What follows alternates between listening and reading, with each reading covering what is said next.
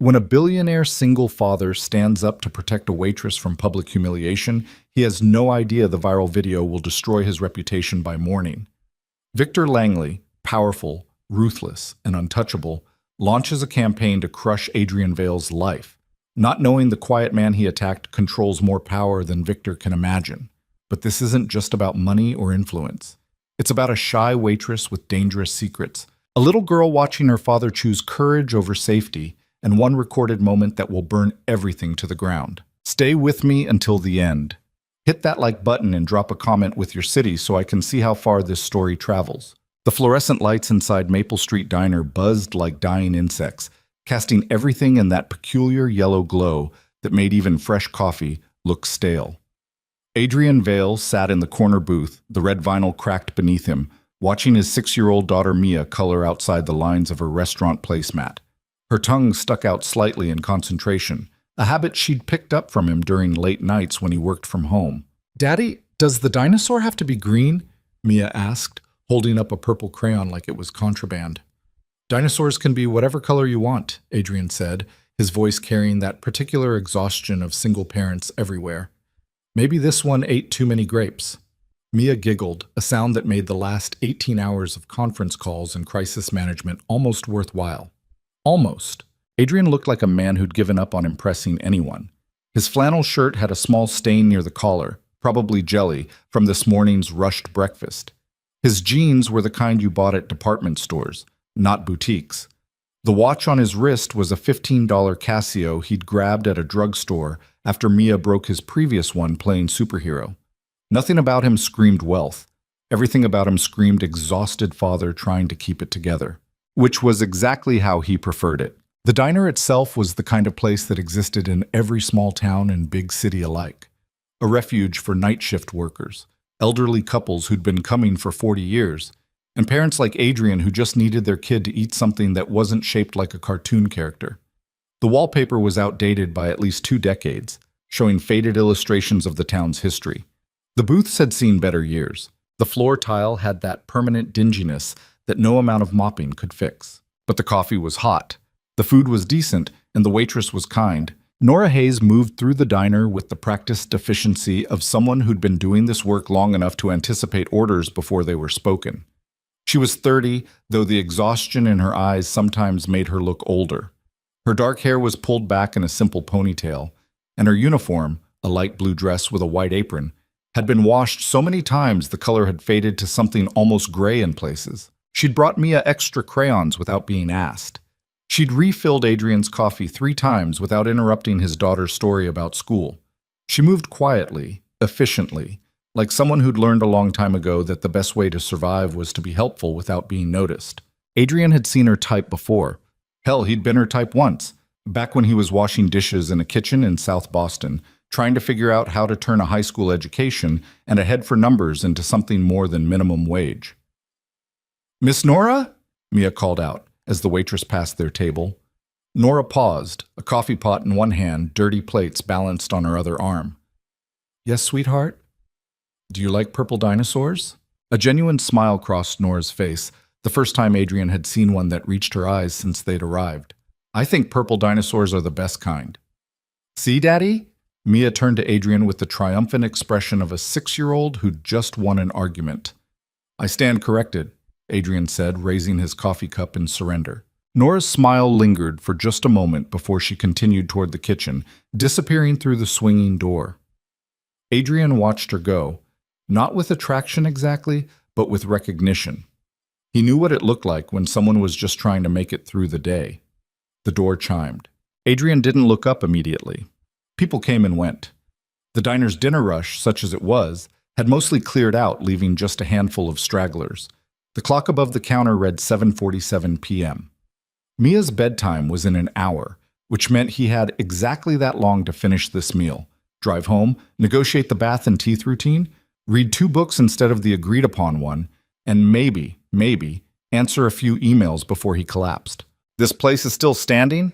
A man's voice cut through the ambient noise, loud enough that several people looked up. "I'm shocked they haven't condemned it." Adrian's eyes shifted. 3 men had entered, all wearing suits that cost more than most people's monthly rent. The one in front was tall, probably mid-40s, with the kind of silver-touched hair that looked distinguished in board meetings. His tie was loosened just enough to suggest he was off-duty from whatever corporate position he held, but the authority hadn't left his posture. Victor Langley. Adrian recognized him immediately, though they'd never met directly. Langley was the CEO of Meridian Holdings, a mid-sized investment firm that had been making aggressive moves in the regional market. The kind of man who appeared in business journals talking about disruption and market efficiency while quietly crushing smaller competitors. The kind of man Adrian had dealt with 100 times in conference rooms and shareholder meetings. The kind who mistook cruelty for strategy. "Victor, come on," one of his companions said, a younger man with nervous energy. "Let's just grab coffee and go." "Relax, Bradley." Victor surveyed the diner like a general studying a battlefield. "I'm simply observing. This is what happens when businesses refuse to evolve. They become museums, sad little time capsules." A few customers shifted uncomfortably. The elderly couple in the corner booth, probably in their 70s, stared down at their meatloaf. Nora emerged from the kitchen carrying 2 plates. She saw the new arrivals and something changed in her posture. Not fear exactly, but a kind of careful neutrality. The smile she'd shown Mia vanished completely. "Gentlemen," she said quietly, gesturing to an empty booth. "Anywhere you'd like." "Oh, I remember you." Victor's attention locked onto Nora like a predator recognizing prey. "You're still working here? I would have thought you'd found something better by now. Then again, some people are perfectly suited for certain levels of work." The contempt in his voice was casual, conversational, which somehow made it worse. Nora's jaw tightened almost imperceptibly. "Can I get you something to drink? Coffee? Black? And try not to spill it this time." Victor moved toward a booth, his companions trailing behind like remora fish following a shark. Adrian felt Mia's small hand touch his arm. "Daddy, that man's mean." "Yeah, baby, he is." "Why is he mean to Miss Nora?" It was the kind of question 6-year-olds asked that didn't have simple answers. Why were some people cruel? Why did power make certain men feel entitled to diminish others? How do you explain to a child that the world sometimes rewards the worst behavior? "Some people forget how to be kind," Adrian said finally. It wasn't a complete answer, but it was true enough. Nora moved through her routine, pouring coffee, taking orders. Victor's companions ordered burgers. Victor himself ordered nothing but coffee, which told Adrian everything he needed to know. The man wasn't here to eat. He was here to hold court, to be seen, to remind everyone in this modest diner that he was above it all. "This coffee tastes like diesel fuel," Victor announced loudly, pushing the cup away after one sip. "I can brew a fresh pot," Nora offered, her voice professionally neutral. "Don't bother. I doubt fresh would improve it." Victor leaned back in his booth, arms spread across the back of the seat. "Tell me something. How long have you worked here?" 4 years. 4 years? Victor repeated it like he was savoring a particularly ironic joke. "And what are your ambitions? Dream of becoming shift manager someday? Maybe assistant manager if you're really driven." One of his companions, Bradley, looked uncomfortable. The third man, older, with the weathered face of someone who'd learned not to question his boss, just sipped his water. "I'm content with my work," Nora said, her hands gripping the order pad a little too tightly. "Content? That's a polite word for giving up." Victor smiled, but there was nothing warm in it. "You know what your problem is? People like you lack vision. You accept your circumstances instead of rising above them. It's almost Darwinian." Adrian felt his jaw clench. Mia was watching everything, her crayons forgotten. "Your burger will be out in a few minutes," Nora said, turning to leave. "We're not done talking. I have other customers. They can wait." Victor's voice sharpened. "When someone of my position is speaking to you, the appropriate response is to listen." The diner had gone quiet. The elderly couple wasn't even pretending to eat anymore. A trucker at the counter had turned on his stool. Everyone could feel it, the way the temperature in a room changes right before something breaks. Nora stood very still. "I apologize if I was rude. I'll check on your order." She started to move. Victor reached out and grabbed her wrist. Not hard enough to bruise, probably, but firm enough that she couldn't pull away without making a scene. Firm enough that everyone could see the power dynamic playing out in real time. "Look at me when I'm speaking to you," Victor said quietly. That was when Adrian stood up. He didn't rush, didn't shout. He simply rose from his seat, his 6'1" frame unfolding with deliberate calm, and walked toward Victor's booth. "Daddy?" Mia's voice was small, worried. "Stay there, baby. I'll be right back." Bradley noticed him first. Victor?" "Let her go." Adrian's voice was level, conversational almost, but it carried through the silent diner. Victor looked up, his hand still on Nora's wrist. His expression was one of amused surprise, like a cat that had just been challenged by a mouse. "Excuse me? I said let her go." Adrian stopped 3 feet from the booth, close enough to matter, far enough to avoid seeming aggressive. "She asked to leave. You're holding her. Let go." Victor released Nora's wrist but didn't break eye contact with Adrian. "This is a private conversation." "No, it's harassment. There's a difference." "Harassment?" Victor laughed, looking at his companions for support. Bradley was studying the table. The older man just watched, expressionless. "Do you have any idea who you're talking to?" "Don't know. Don't care." Adrian's hand stayed relaxed at his sides. Every instinct from years of high-stakes negotiations told him to control his breathing, his posture, his tone. Never let them see you angry. Anger was weakness. Calm was power. "You're done speaking to her that way. Or what?" Victor stood up, buttoning his suit jacket in a reflexive gesture of dominance. He was used to boardrooms where standing up meant something, where physical presence translated to authority. "You'll do what, exactly? You're going to defend the honor of a waitress you don't even know? I'm going to ask you one more time to leave her alone. After that, we'll see." Nora had backed away slightly, her hand unconsciously rubbing the wrist Victor had grabbed. "It's fine," she said quietly. "Really, I don't want any trouble." "It's not fine," Adrian said without looking at her. His eyes stayed locked on Victor. "And you don't have to accept being treated like that. Nobody does." Victor smiled, and it was the smile of a man who'd just found something entertaining. "You know what I think? I think you're one of those heroes, the kind who rides in on a white horse thinking they're saving the day. Let me explain something about the real world, friend. People like her," he gestured dismissively toward Nora, "they're service industry. They exist to serve people like me. That's the natural order. And people like you—" He looked Adrian up and down, taking in the flannel shirt, the jeans, the drugstore watch. "You're just playing dress-up. Probably work some dead-end job, thinking you're making a difference. You're not. You're as irrelevant as she is." The trucker at the counter stood up. So did one of the cooks visible through the kitchen window. The elderly man in the corner booth had his phone out. Adrian felt something cold settle in his chest. Not anger. Anger would have been easier. This was the calculation that came from years of watching men like Victor operate. The knowledge that people like this didn't learn from conversations. They learned from consequences. "You should leave," Adrian said simply. "Should I?" Victor stepped closer, invading Adrian's space with the confidence of someone who'd never been checked. "You going to make me? Going to throw a punch in front of your daughter? That pretty little girl over there watching her daddy play hero?" Adrian's expression didn't change, but something flickered in his eyes. A line had been crossed. "Don't," he said very quietly. "Talk about my daughter." Or what? What happened next occurred in about 3 seconds, but would be replayed thousands of times across social media within 24 hours. Victor, emboldened by Adrian's stillness, reached out and shoved Adrian's shoulder. Not hard, just enough to establish dominance, the way bullies do when they think they've already won. Adrian didn't move. Victor shoved again, harder this time. Still nothing. "That's what I thought," Victor said, turning back toward his booth. "I'll talk. No, he made a mistake then." As he turned, he swept his arm out in a dismissive gesture, and his hand connected with the tray Nora was carrying, the one with his companion's burgers and fries. The tray flew. Food scattered across the floor in a spectacular mess of ketchup, pickles, and broken dishes.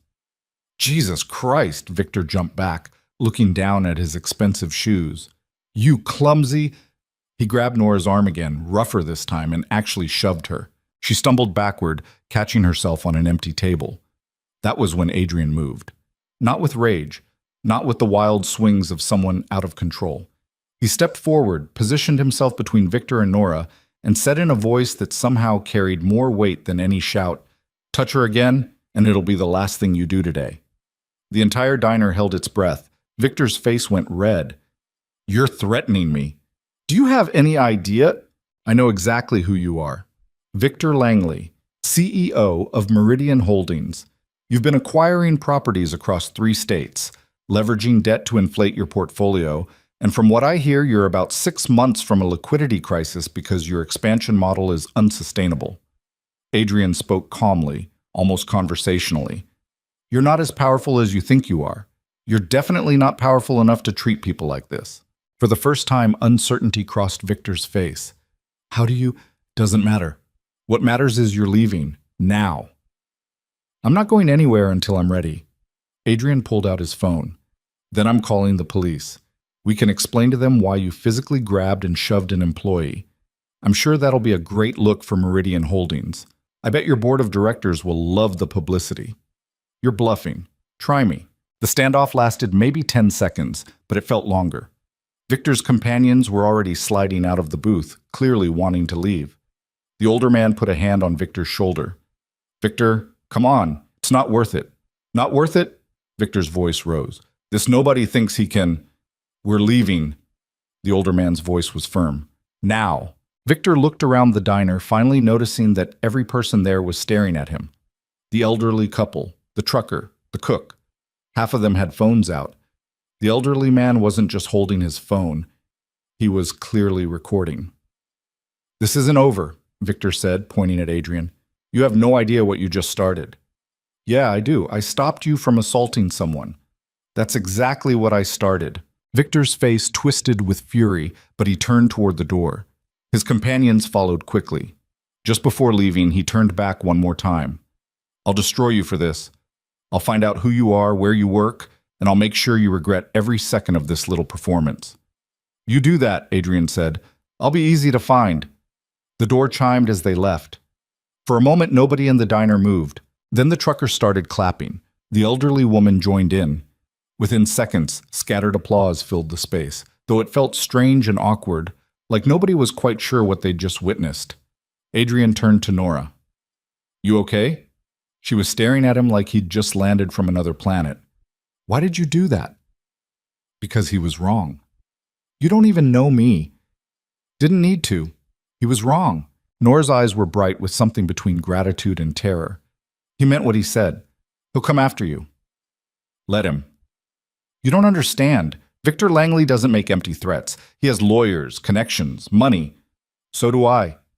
Adrian said it quietly, without boasting. Just a statement of fact. Before Nora could respond, Mia appeared at Adrian's side, wrapping her small arms around his leg. "Are you okay, Daddy?" Adrian picked her up, settling her on his hip. She was getting too big for this, but tonight he needed to hold her. "I'm fine, baby. That man was really mean." "Yeah, he was. You made him leave." "I asked him to leave. He made the choice." Mia thought about this with the seriousness only 6-year-olds can muster. "Good. I didn't like him." The manager emerged from the back office, a woman in her 50s named Dorothy, who'd been running Maple Street Diner for the last decade. She surveyed the mess on the floor, looked at Nora's shaken expression, and sighed. "Everybody okay?" "We're fine, Dorothy," Nora said quickly. "I'll clean this up." "No, you won't. Take 5 minutes. Sit down." Dorothy looked at Adrian. "Your meal's on the house tonight." "That's not necessary." "It is to me. I've been wanting to throw Victor Langley out of here for 3 years. You did what I legally couldn't." She paused. "Though I'm guessing tomorrow's going to be interesting." "Probably," Adrian admitted. He carried Mia back to their booth. Nora disappeared into the kitchen. The other customers slowly returned to their meals, though the atmosphere had changed. People kept glancing at Adrian, some with approval, others with the kind of nervous energy that comes from witnessing confrontation. The elderly man who'd been recording approached Adrian's table. He was tall, thin, with a veteran's cap and hands that shook slightly with age. "Son, I got the whole thing on video. You want me to delete it? I will. But I'm thinking that footage might protect you if that bastard tries anything." Adrian considered this. His instinct was to say yes, delete it. The last thing he needed was attention. But the old man had a point. Keep it, Adrian said. If things get complicated, I might need proof of what actually happened. You got it.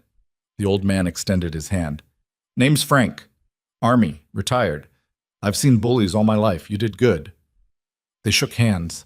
Frank returned to his wife, and Adrian could see them talking in low, animated voices. Mia was quiet, picking at her French fries without much enthusiasm. You scared? Adrian asked her. A little. That's okay. I was a little scared too. Really? Really. But sometimes being scared and doing the right thing happen at the same time. Is Miss Nora going to be okay? Adrian looked toward the kitchen, where he could see Nora's silhouette through the window. She was standing very still, her back to the dining room. I hope so, baby. I really hope so. They finished their meal in relative quiet. Nora didn't come back out to their table. Another waitress brought their check, a young woman with pink highlights who looked at Adrian like he'd done something either incredibly brave or incredibly stupid. When Adrian left cash on the table, including a tip that was probably triple the bill, he took Mia's hand and headed for the door. Nora caught him just before he left. Wait. She'd cleaned up, washed her face. Her eyes were red but dry. I wanted to say thank you. I know that sounds inadequate, but you don't have to thank me. Yes, I do. What you did standing up to him like that, you didn't have to. Most people wouldn't have. Adrian shifted Mia to his other side. Most people should. He really will come after you. Victor doesn't forget things like this. He holds grudges like they're investments. I can handle it. Can you? Nora's voice dropped. Because I've seen what he does to people who cross him. I've seen careers destroyed, businesses ruined. He has lawyers on retainer whose entire job is making problems disappear. And you just became a problem. Then I'll deal with it when it comes. Who are you? The question came out frustrated, almost desperate. You're not just some random guy having dinner with his daughter. The things you said about his business, the way you stood there like nothing he could do would touch you. Who are you? Adrian could have told her, could have explained that he had more power in his phone contacts than Victor Langley would accumulate in a lifetime. That Meridian Holdings was small enough that Adrian could buy it outright without his accountant blinking. That the flannel shirt and drugstore watch were choices, not circumstances. But he didn't. I'm just a father trying to teach his daughter that you stand up when someone's being hurt. That's all. Nora studied his face for a long moment, searching for something. I don't believe you, but thank you anyway. Take care of yourself, Adrian said, and meant it. Outside, the parking lot was mostly empty. Adrian's car was a 5-year-old Honda Accord, deliberately unremarkable. He buckled Mia into her car seat and sat in the driver's seat for a moment, hands on the wheel. His phone buzzed. A text from Marcus Chen, his head of security. MC, video from Maple Street Diner is already online. You should see it before morning. Adrian closed his eyes. Of course it was online. Nothing stayed private anymore. A V. How bad? MC. Depends. You look either like a hero or a lunatic. Victor Langley is already spinning it. A V. Let him spin. MC. Adrian, this could get messy. AV. Then it gets messy. I'm not apologizing for doing the right thing. MC. Didn't ask you to. Just giving you the heads up. This might cost you. AV. Some things cost more if you don't do them. He put the phone away and started the car. In the rearview mirror, he could see Mia already drowsy, her head tilted against the car seat. Daddy? Yeah, baby? Are we heroes now? Adrian smiled despite everything. No, sweetheart. We're just people who didn't stay seated when we should have stood up. That's all anyone needs to be. As he pulled out of the parking lot, he didn't look back at the diner, didn't see Nora standing in the window, watching his taillights disappear into the night. Didn't see her pull out her own phone and open the file she'd been building for 2 years, evidence of every time Victor Langley had harassed her, threatened her, used his position to make her life hell. He didn't see her hands shake as she looked at the footage already circulating online. And he definitely didn't see the email that Victor Langley was composing at that exact moment, reaching out to every business contact he had, every media connection, every lawyer who owed him a favor. The video had already been viewed 4,000 times. By morning, it would be 4 million. And by morning, Adrian Vale's quiet life would be over. But that night, driving home with his daughter half asleep in the back seat, Adrian felt something he hadn't felt in years since his wife died and left him to raise Mia alone. He felt like maybe, despite everything, he'd gotten something right, even if it cost him everything. The video hit 6 million views by the time Adrian's alarm went off at 5:47 a.m. He'd slept maybe 3 hours, the kind of fractured sleep where you're never quite under but never fully awake either. His phone had been buzzing since midnight, texts, calls, notifications from apps he'd forgotten he had. He'd silenced it around 2, but the damage was already spreading like ink in water. Adrian stood in his kitchen, still in the t-shirt and sweatpants he'd slept in, watching coffee drip into the pot with the intensity of someone trying to divine the future from caffeine. Through the window above the sink, dawn was just starting to break over the neighborhood. Modest houses, decent lawns, the kind of suburb where people knew your name but not your business. Or at least, they hadn't until now. His phone sat on the counter, face down. He could feel it there like a physical presence, radioactive with attention he'd spent years avoiding. Marcus had called 4 times. His lawyer had called twice. There were 37 text messages, most from numbers he didn't recognize. And his email inbox had exploded overnight. Reporters, bloggers, people claiming to be from news networks he'd never heard of. The coffee finished brewing. Adrian poured a cup, black, and finally flipped his phone over. The video was everywhere. Twitter, Facebook, Instagram, TikTok. Platforms he barely used were now hosting 1,000 variations of the same 43 seconds. Someone had edited it with dramatic music. Someone else had added subtitles in 6 languages. There were reaction videos, commentary videos, videos of people watching the video. The titles varied: Man Stands Up to Bully, Father Protects Waitress, Billionaire CEO Gets What He Deserves. Adrian froze on that last one. He clicked through.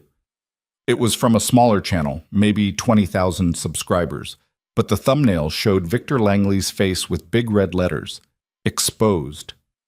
His stomach dropped. The video opened with the diner footage, now weirdly high quality, like someone had enhanced it.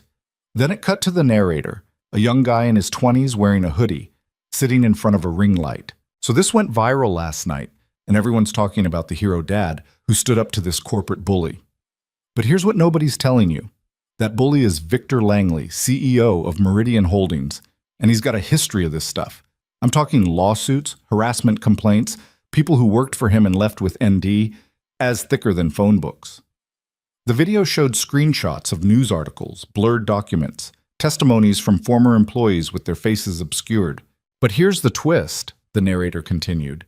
The guy who stood up to him? Total mystery. Nobody knows who he is. Just some dad having dinner with his kid who decided today was the day to play hero, and now Langley's people are going after him hard. Adrian set his phone down.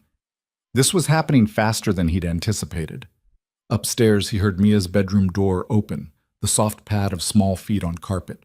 She appeared in the kitchen doorway, dragging her stuffed elephant by one worn ear. "Morning, Daddy." "Morning, baby." Adrian forced normalcy into his voice. "Cereal or waffles?" "Waffles. The ones with the blueberries." "You got it." He moved through the routine on autopilot, frozen waffles in the toaster, orange juice in her special cup with the bendy straw, cutting everything into manageable pieces.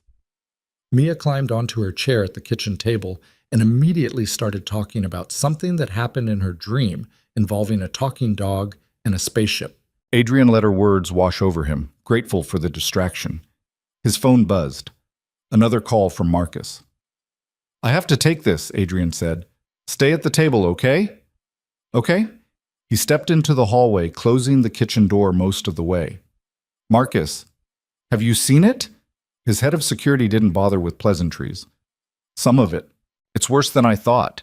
Langley's PR team is working overtime. They've already released a statement calling you an unstable individual who became violent in a public space. They're framing you as dangerous." "I didn't touch him." "Doesn't matter. They've got lawyers claiming you made verbal threats, that you intimidated their client, that you created a hostile environment. They're talking about pressing charges for assault." Adrian laughed, a short, bitter sound. "Assault? He's the one who grabbed her." "I know, but he's got 3 witnesses who'll say otherwise, or at least muddy the water enough that it becomes he said, she said. And right now, he's got the bigger megaphone." "What else?" Marcus was quiet for a moment. He's reaching out to your business contacts. The coffee in Adrian's stomach turned acidic. What? Started last night. I've got confirmation he called at least 7 people in your network, telling them you're having a breakdown, that you're unstable and potentially dangerous to work with. He's being subtle about it, not making direct threats, just expressing concern and hoping someone intervenes before you hurt yourself or others. That son of a... Adrian, Marcus's voice was sharp. Don't say anything you don't want recorded. Your phone could be compromised. It's not. You sure about that? Adrian wasn't sure about anything anymore. He rubbed his eyes with his free hand. What's the damage? So far, 3 companies have put pending deals on hold pending review of the situation. 2 others called me directly asking what the hell's going on. Your lawyer's fielding calls from reporters asking if it's true you have a history of violent behavior. This is insane. I defended a waitress from being harassed. I know, but Langley's spinning it as a businessman being ambushed by an aggressive stranger.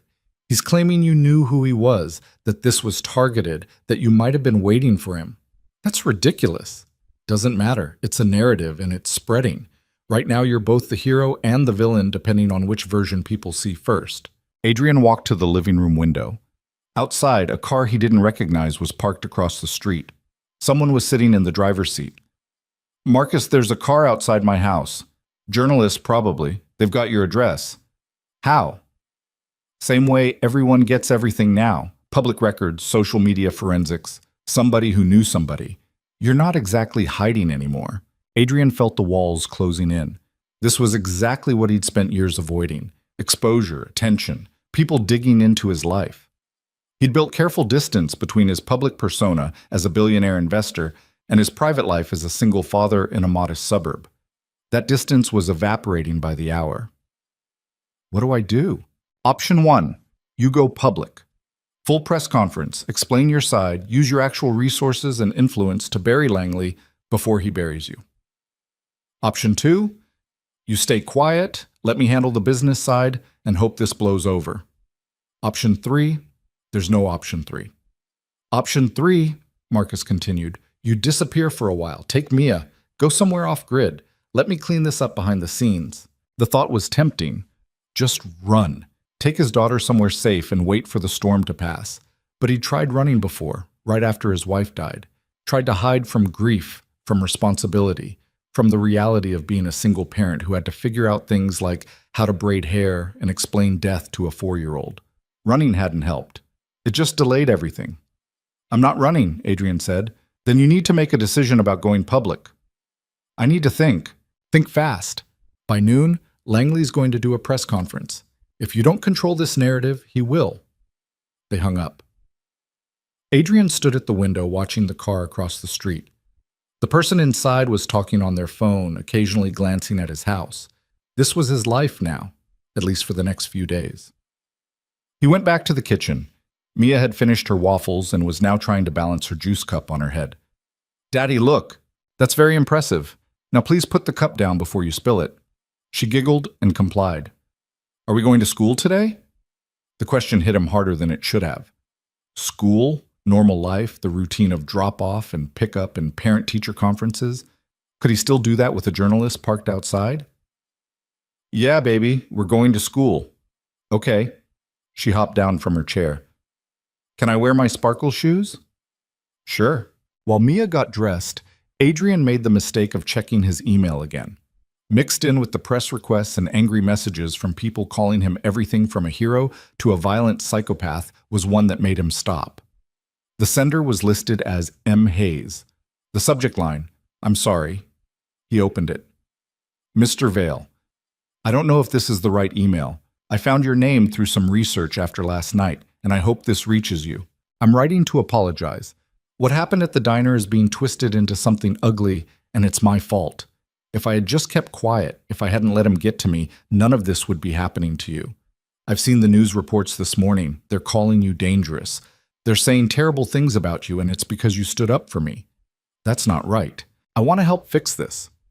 I have evidence, recordings, messages, documentation of everything Victor Langley has done over the past 2 years. Not just to me, to other people too. I've been collecting it because I thought maybe someday someone would listen. I can give all of it to you, to your lawyer, to whoever needs to see it. Please let me help. This is my mess. You shouldn't have to pay for doing the right thing. Nora Hayes. Adrian read it twice. She'd been collecting evidence for 2 years. That meant this wasn't just casual harassment. This was systematic, sustained, and she'd been documenting it the whole time. That changed things. He started to reply, then stopped. His lawyer would want to see this first. Any communication with Nora could be used against them if this turned into a legal battle. But sitting at his kitchen table, listening to Mia sing some made-up song about dinosaurs upstairs, Adrian felt something shift. Nora had been fighting this alone for 2 years. She'd endured whatever Victor Langley threw at her and still showed up to work, still smiled at customers, still brought extra crayons to little girls having dinner with their fathers. She was stronger than anyone gave her credit for. He typed a response. Nora, this isn't your fault. Don't apologize for someone else's cruelty. I appreciate the offer, but right now the best thing you can do is keep that evidence safe. If things escalate, we might need it, but don't put yourself at risk. Take care of yourself. Adrian.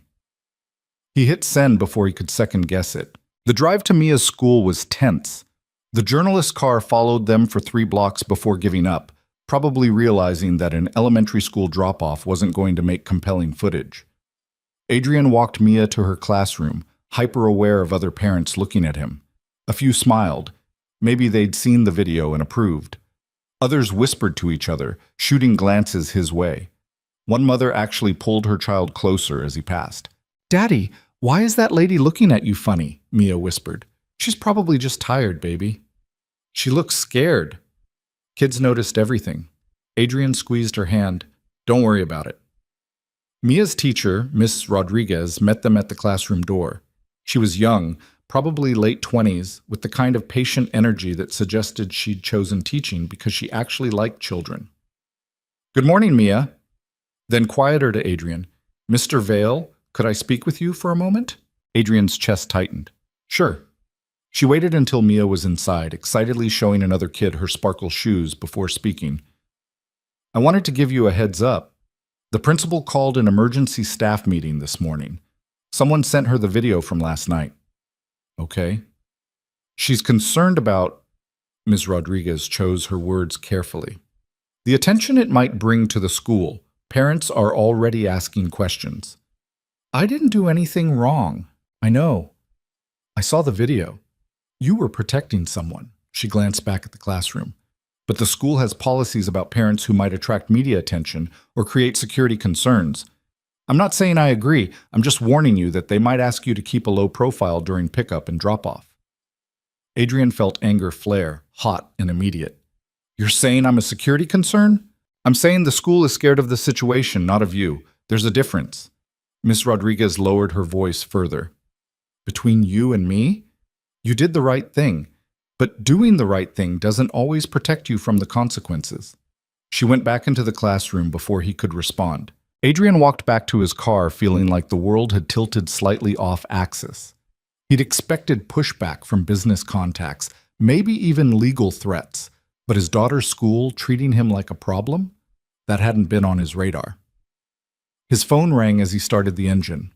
Unknown number. He almost didn't answer, but something made him hit the green button. "Hello? Mr. Vale?"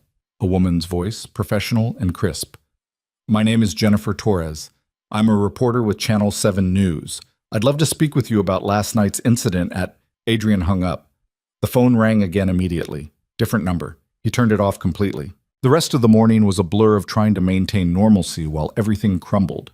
He went to the gym, his usual routine, but people kept staring.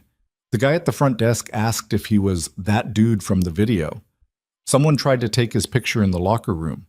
He left after 10 minutes. At home, he tried to work. His company, technically a holdings firm that managed various investments and acquisitions, was mostly run by a capable team that didn't need his day-to-day input. But there were always decisions to make, emails to answer, problems that only he could solve. Today, he couldn't focus on any of it.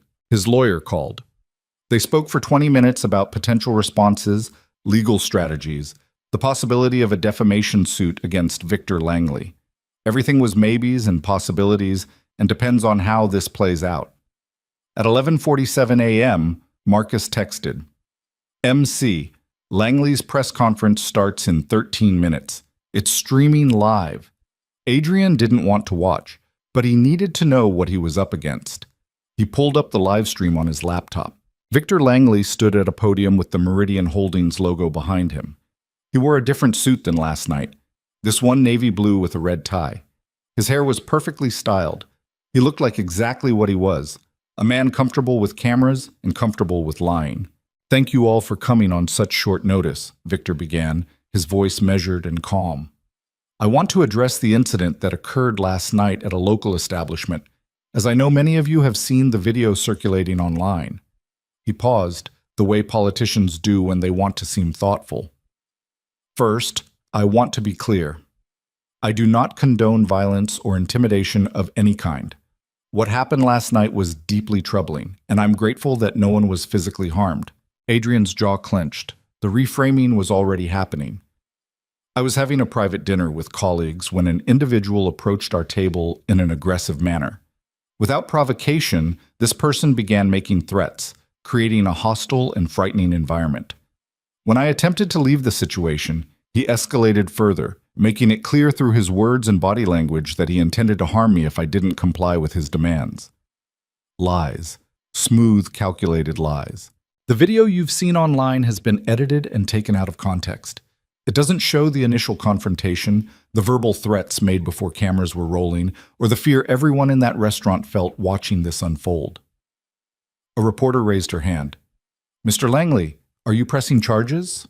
That's being discussed with my legal team. My primary concern right now is for my safety and the safety of my employees. This individual clearly has anger management issues, and I worry what might happen if he targets someone else. Another reporter. Do you know who he is? Victor's expression shifted to something that might have been concern if you didn't know better. I've been informed of his identity, yes, but I won't share that publicly. I'm not interested in revenge or retaliation. I just want to ensure this doesn't happen to anyone else. The performance was masterful. Victor positioned himself as the victim, Adrian as the aggressor, and the entire narrative flipped on its head. I do want to address one more thing, Victor continued. There are people online suggesting that I somehow mistreated the restaurant staff. That's categorically false. I have nothing but respect for service workers, and I would never behave in the manner I've been accused of. The waitress in question will confirm this if asked. We had a perfectly cordial interaction until the stranger inserted himself into a situation that didn't concern him. Adrian's hands were shaking. He closed the laptop before he could hear any more.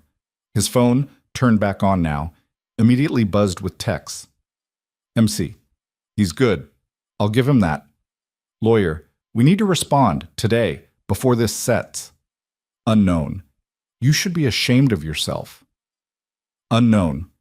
I saw the real video. Don't let him win. Unknown. Kill yourself. Adrian stared at that last one for a long moment. Anonymous cruelty from someone who felt brave behind a screen. It should have rolled off him. Instead, it settled somewhere in his chest like a small stone. His phone rang. Nora Hayes. He answered. Hello? Mr. Vale, I just watched Langley's press conference. Her voice was shaking. He's lying. Everything he said is a lie. I know. I have to tell them. I have to go on record and say what actually happened. Nora, wait. I can't let him do this to you. He grabbed me. He shoved me. Everyone in that diner saw it. If you go public, he'll destroy you. Adrian tried to keep his voice steady. He'll claim you're lying to protect me. He'll dig into your life, find anything he can use and twist it until you're as discredited as I am. That's what people like him do. I don't care. You should. You have a life here, a job. Going against him publicly means losing all of that. So what? Nora's voice cracked.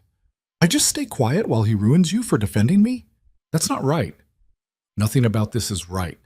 But you coming forward right now without proper legal protection, without a strategy, it'll just make things worse. Then what do we do? Adrian didn't have an answer. He stood in his kitchen, phone pressed to his ear, trying to figure out how to protect a woman he barely knew from a man who'd already shown exactly how far he was willing to go. Give me time to figure that out, he said finally. How much time? I don't know, but please, just wait. Don't do anything yet. Nora was quiet for a moment. He's going after the diner too. What? Dorothy called me this morning. Health inspectors showed up an hour ago, unannounced. They're going through everything: kitchen, storage, equipment. She's been running that place for a decade without a single violation, and suddenly they're there with clipboards looking for problems. He's using his connections. Yeah, and it's going to work. Dorothy can't afford to fight this. If they shut her down even temporarily, she'll lose everything. Adrian felt the weight of it pressing down. This wasn't just about him anymore. Victor was going scorched earth. Anyone associated with last night was now a target. I'll handle it, Adrian said. How? I'll figure it out. Just don't engage with anyone from the press. Don't respond to anything Langley's people send, and keep your evidence safe. After they hung up, Adrian sat at his kitchen table with his head in his hands.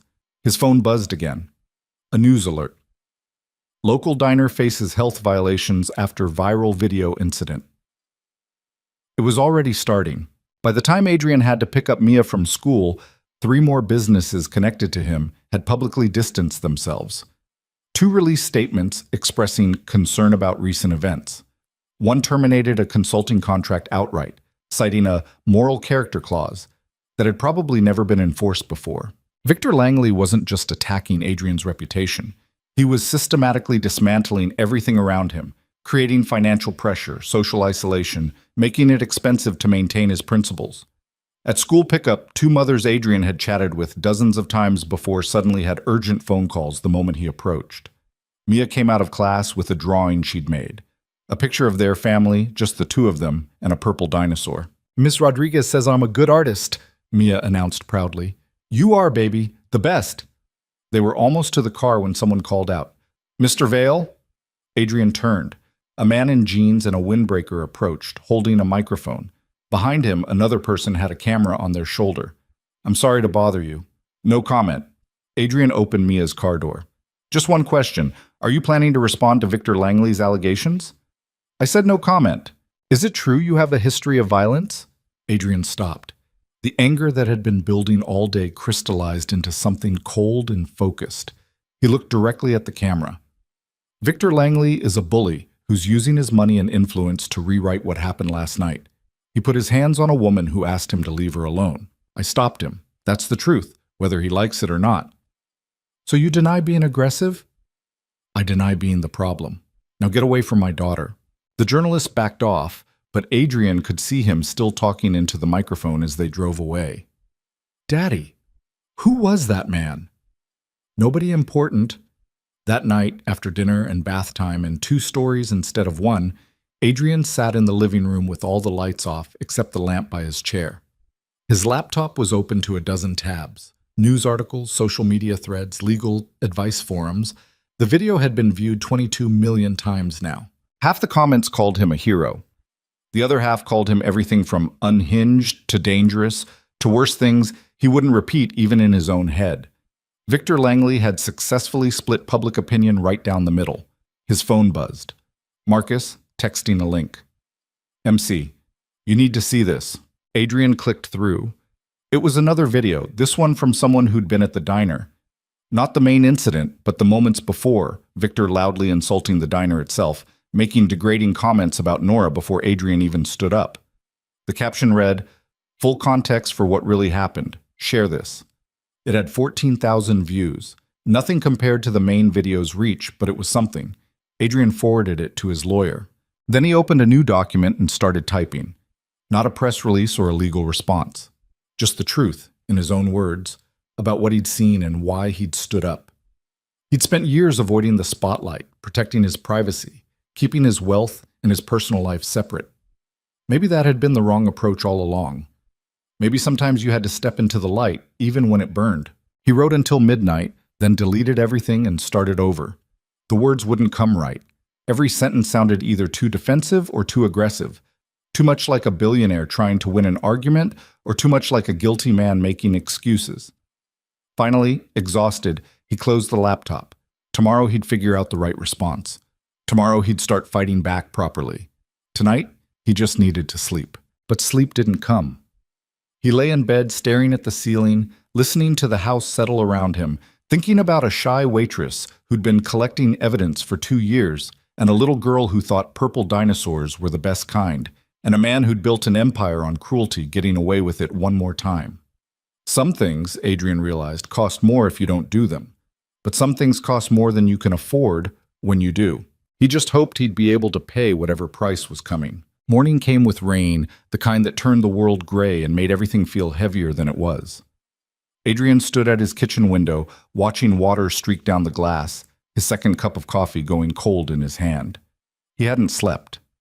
Every time he'd closed his eyes, his mind had replayed the press conference, Victor's smooth lies, the way public opinion was turning against him like a slow-motion avalanche. His phone sat on the counter, silent for the first time in 2 days. The press had moved on to the next outrage cycle. His business contacts had made their positions clear. Even the death threats had slowed to a trickle. The silence was almost worse than the noise. It meant people had already decided who he was. Mia appeared in the doorway, still in her pajamas, hair sticking up at odd angles. "No school today?" she asked, rubbing her eyes. Adrian checked the time. 6:43. He'd lost track completely. "Yeah, baby. School. Go get dressed." She shuffled off, and Adrian forced himself to move. Cereal, juice, the mechanical routine of getting a 6-year-old ready for a world that suddenly felt hostile. He was pulling Mia's coat from the closet when his phone finally rang. Not Marcus this time, not his lawyer. The caller ID showed a local number he didn't recognize. He almost let it go to voicemail, but something made him answer. "Hello? Mr. Vale?" A woman's voice, older, hesitant. "This is Dorothy Brennan, from Maple Street Diner." Adrian's chest tightened. "Is everything okay?" "That depends on your definition of okay." She laughed, but it sounded tired. "The health inspector found 7 violations yesterday." 7. "In a kitchen I've been running for 11 years without so much as a warning. Suddenly my refrigeration's inadequate, my ventilation doesn't meet code, and apparently I've got a grease trap that's been illegal since 2019. Funny how none of that mattered until 2 days ago. I'm sorry, this is because of me." "No, honey, this is because of Victor Langley, but I didn't call to make you feel worse." Dorothy paused. "I called because Nora came to see me last night. Brought me something you should probably know about." "What kind of something?" "The kind that explains why a 30-year-old woman's been working the night shift at a diner for 4 years when she's got a master's degree in psychology from State." Adrian went still. "What? You heard me right. Nora Hayes isn't what she looks like." "Well, she is. She's a waitress, that's real. But she's also a whole lot more." Dorothy's voice dropped. "She's been running an investigation, Mr. Vale, on Victor Langley, for 2 years. And if what she showed me is real, that man's done things that make grabbing her wrist look like nothing." The world tilted slightly. Adrian sat down hard in one of the kitchen chairs. "What kind of investigation?" "The kind you should hear from her directly. She wants to meet you, today, if possible. Says it can't wait anymore." Dorothy gave him an address. A coffee shop on the east side of town, nowhere near Maple Street. 2 o'clock. She'll be there. "Dorothy, I know what you're thinking. Why would a woman with a psychology degree spend 4 years serving coffee and taking abuse from men like Langley? Why put herself through that?" Dorothy's voice got quiet. "Because sometimes the only way to catch a predator is to let him think you're prey. Nora's been documenting everything, every interaction, every threat, every person he's hurt. She's been building a case that no lawyer could ignore, and now she thinks it's time to use it." They hung up. Adrian stared at his phone, trying to process what he'd just heard. Nora Hayes had a master's degree. She'd been running an investigation. Everything about the shy, nervous waitress who apologized too much and avoided eye contact, that was cover. She'd been watching, recording, collecting evidence while everyone around her assumed she was just another struggling service worker with limited options. She'd been hunting. The thought sent a chill through him that had nothing to do with the rain. "Daddy, I'm ready," Mia called from upstairs. Adrian pulled himself together. "Coming, baby." School drop-off was less dramatic today. A few stares, but no journalists, no confrontations. Miss Rodriguez gave him a sympathetic smile as Mia ran into the classroom. The principal watched from her office window but didn't approach. Small mercies. Adrian drove across town through rain that was getting heavier, thinking about Nora. about Victor Langley, about what Dorothy had said. A psychology degree meant Nora understood human behavior, manipulation, trauma responses. She'd know exactly how to document abuse in ways that would hold up under scrutiny. She'd know how to protect herself while gathering evidence. And she'd chosen to do it as a waitress at a diner where Langley was a regular customer. That took courage most people couldn't imagine. The coffee shop was called the Grinding Halt, one of those aggressively quirky places with mismatched furniture and local art on the walls that never sold. Adrian arrived 20 minutes early and ordered something that cost $7 and tasted like someone had burned a forest. He sat in the back corner, watching the door. Nora arrived exactly at 2 o'clock, wearing jeans and a gray sweater, her hair down instead of pulled back. Without the waitress uniform, she looked younger, less tired, but her eyes had the same wariness he'd noticed at the diner, the look of someone who'd learned not to trust easily. She saw him, hesitated for just a moment, then walked over. "Thank you for coming," she said, sitting down across from him. "Dorothy said you had something I needed to see." "I do. But first I need to know, are you who I think you are?" Adrian met her gaze. "Who do you think I am?" "Adrian Vale, as in Vale Holdings, as in the man who owns about 40% of the commercial real estate in this state and has a net worth somewhere north of $3 billion. Nora pulled out her phone, showed him a Forbes article with his picture. Professional headshot, expensive suit, the version of himself he kept carefully separate from flannel shirts and elementary school pickup. That Adrian Vale. There was no point denying it. "Yeah, that's me." So when you stood up to Victor Langley, you weren't just some random dad. You were someone with enough power to crush him like a bug. You could have told him who you were, threatened him with lawyers and buyouts and whatever billionaires do to people who annoy them. But you didn't. No. Why? Adrian thought about it. Because it wasn't about power. It was about him putting his hands on you when you asked him to stop. Money doesn't change whether that's wrong. Nora studied him for a long moment. "You really believe that?" "Yeah, I do." She nodded slowly like he'd passed some kind of test. Then she reached into her bag and pulled out a tablet. "Okay, then you need to see this."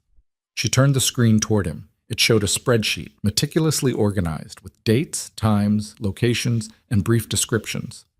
Adrian scanned the entries. March 14th, 2024. VL made sexual comments about my appearance, asked if I was looking for extra work.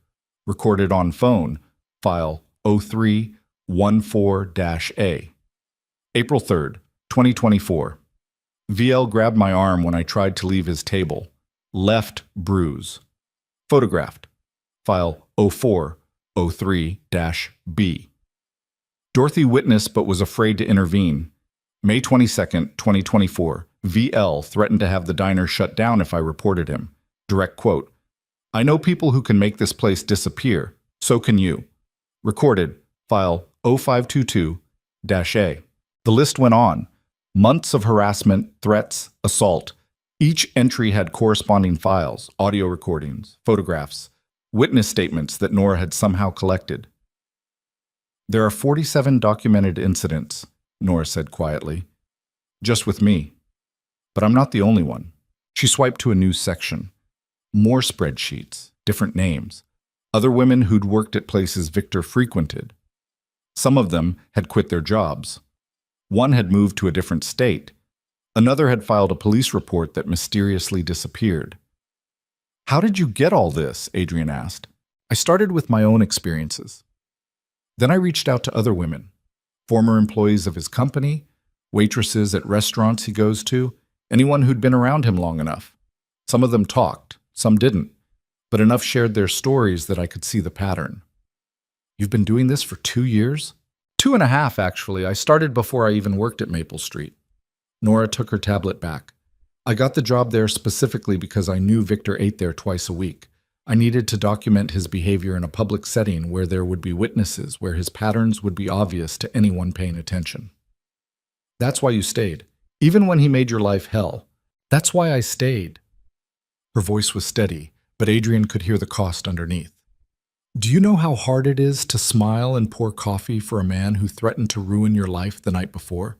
To act like everything's fine while he makes comments about your body in front of other customers? I can't imagine. I did it because someone had to. Victor Langley has been getting away with this for years.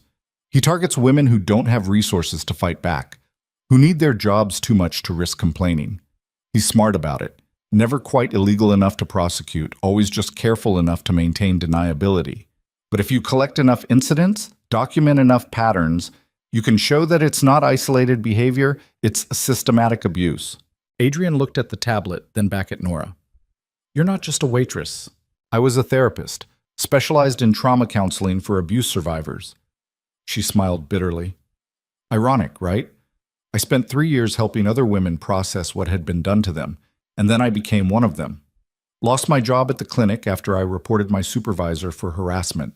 He had connections, made sure I couldn't get another position in the field. So I took the only work I could find and decided to use what I knew about predators to build something that might actually stop one. Why didn't you go to the police? I tried. 8 months ago, I brought everything I had to a detective. You know what he said? That it was concerning, but not enough for charges. That harassment cases are hard to prove, that Victor would have expensive lawyers, that I should probably just move on with my life. Nora's hands tightened around her coffee cup. He actually suggested I was the problem, that maybe I was encouraging the attention by continuing to work there. Adrian felt anger rise in his chest, hot and familiar. That's how it works when you're up against someone with money and influence. The system's not designed to protect people like me from people like him. So I kept collecting evidence, kept hoping that eventually it would be enough. And now? Now you're involved. And that changes everything. Nora leaned forward. Victor's coming after you because you stood up to him. He's using his connections to damage your reputation, pressure your business relationships, make you regret defending me. But here's what he doesn't know. You have resources he can't touch. You have power he can't leverage. And if you're willing to use it, we can finally expose what he's been doing. Adrian understood what she was asking. You want me to go public with this? Use my platform to make people listen. I want you to help me finish what I started. Victor thinks he's attacking some random guy who got in his face at a diner. He has no idea he's actually going after someone who could destroy his entire empire. That's his mistake. We can use it. What about you? If we do this, if we really go after him, he'll come after you harder than he's coming after me. He's already coming after me. He just doesn't know I've been ready for it. Nora pulled up another file on her tablet. I've documented every threat he's made. I have recordings of him saying he'll have me fired, blacklisted, worse. I have testimony from 3 other women willing to go on record if someone protects them from retaliation. I have financial records showing he used company money to pay off a sexual harassment claim in 2022. How did you get financial records? One of his former assistants, she kept copies of everything before she quit, gave them to me 6 months ago. Nora's expression hardened. Victor Langley made a career out of making women feel powerless. He picked targets he thought were too scared or too poor or too desperate to fight back. What he didn't count on was one of those women being smart enough to turn the tables. Adrian sat back processing everything. This wasn't just about defending a waitress from a bully anymore. This was about dismantling a predator who'd been operating unchecked for years. It was bigger than him, bigger than one viral video. It was also dangerous. If we do this, Adrian said carefully, Victor will fight with everything he has. He'll hire the best lawyers, discredit you, dig up anything in your past he can use. He'll make it ugly. I know.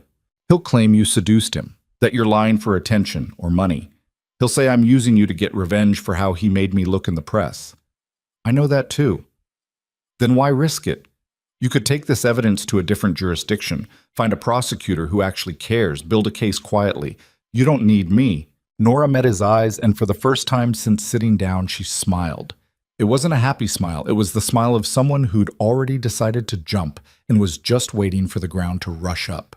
You're right. I don't need you. I've been doing this alone for 2 years, and I could probably keep doing it alone until I finally find someone who listens. But here's the thing, Mr. Vale. I'm tired. I'm tired of being scared every time I go to work. I'm tired of pretending to be weak while I'm actually strong. And I'm really tired of watching Victor Langley destroy people's lives without consequences. She leaned forward. You stood up for me when you didn't have to. You protected me when it would have been easier to stay seated. That means something. It means maybe, just this once, I don't have to fight alone. The rain outside had picked up, hammering against the windows. The coffee shop was mostly empty. A couple of college students with laptops, an elderly man reading a newspaper. Normal people living normal lives, unaware that in the back corner, two people were planning to take down a man who'd spent years believing he was untouchable. If we're doing this, Adrian said, we do it right. No half measures. We bring everything, your evidence, my resources, any leverage we can find, and we protect everyone involved. That means Dorothy, the other women who gave you testimony, anyone who might get caught in the crossfire. Agreed. I'll need to bring in my legal team, get them up to speed on what you have, make sure it's airtight. I've already organized everything, dates, files, witnesses, it's ready. Adrian pulled out his phone. I'm calling my lawyer right now. We meet with her today, show her what you've got. Then we figure out the strategy. What about Victor? He's probably already planning his next move. Let him plan. He thinks he's fighting a guy who embarrassed him at a diner. He has no idea what's coming. Nora's expression shifted, something like hope mixing with fear. You really think we can win this? I think we can try. That's all anyone can do. They spent the next hour going through Nora's evidence in detail. Every file was meticulously documented. Audio recordings with timestamps, photographs with metadata intact, witness statements that included specific details only someone who was actually there would know. She'd built a case that would make prosecutors weep with joy if they ever actually bothered to look at it. Adrian's lawyer, Catherine Reeves, agreed to meet them at her office at 4. That gave them 2 hours to prepare, to organize, to brace for whatever came next. As they were packing up to leave, Nora's phone buzzed. She looked at the screen and went pale. What is it? Adrian asked. She showed him. A text from an unknown number. I know what you're planning. Drop it, or everyone you care about pays the price. This is your only warning. Adrian felt ice in his stomach. When did you get this? Just now. Nora's hands were shaking slightly. He knows. Somehow he knows we're working together. Or he's guessing, sending threats to everyone connected to that night, seeing who flinches. What if he's not guessing? What if he's been watching? Adrian looked around the coffee shop, the college students, the old man with the newspaper, the barista who'd made his terrible $7 coffee. Any of them could be working for Victor, or none of them. Paranoia was exactly what Langley wanted, fear that made people back down. We don't stop, Adrian said firmly. We take this to Catherine, build our response, and we don't let him scare us into silence. He threatened everyone I care about. Who's everyone? Your family? My sister. She's in Portland, has 2 kids. Victor's people could... Hey. Adrian touched her arm gently. Look at me. Victor Langley's power comes from people being too afraid to fight back. That's his whole strategy. But if we fold every time he makes a threat, he wins. We have to be smarter than that. Nora took a shaky breath. You're right. I know you're right. It's just scary. I know. But you've been doing the scary thing for 2 years. Don't stop now. She managed a weak smile. You're better at pep talks than I expected from a billionaire. I had a daughter who refused to sleep without me checking for monsters every night for 2 years. You learn how to be reassuring. They left separately, Nora first, then Adrian 10 minutes later. Probably unnecessary caution, but neither of them wanted to take chances. Adrian drove through the rain, checking his mirrors more than usual, noticing cars that might be following but probably weren't. His phone rang. Marcus.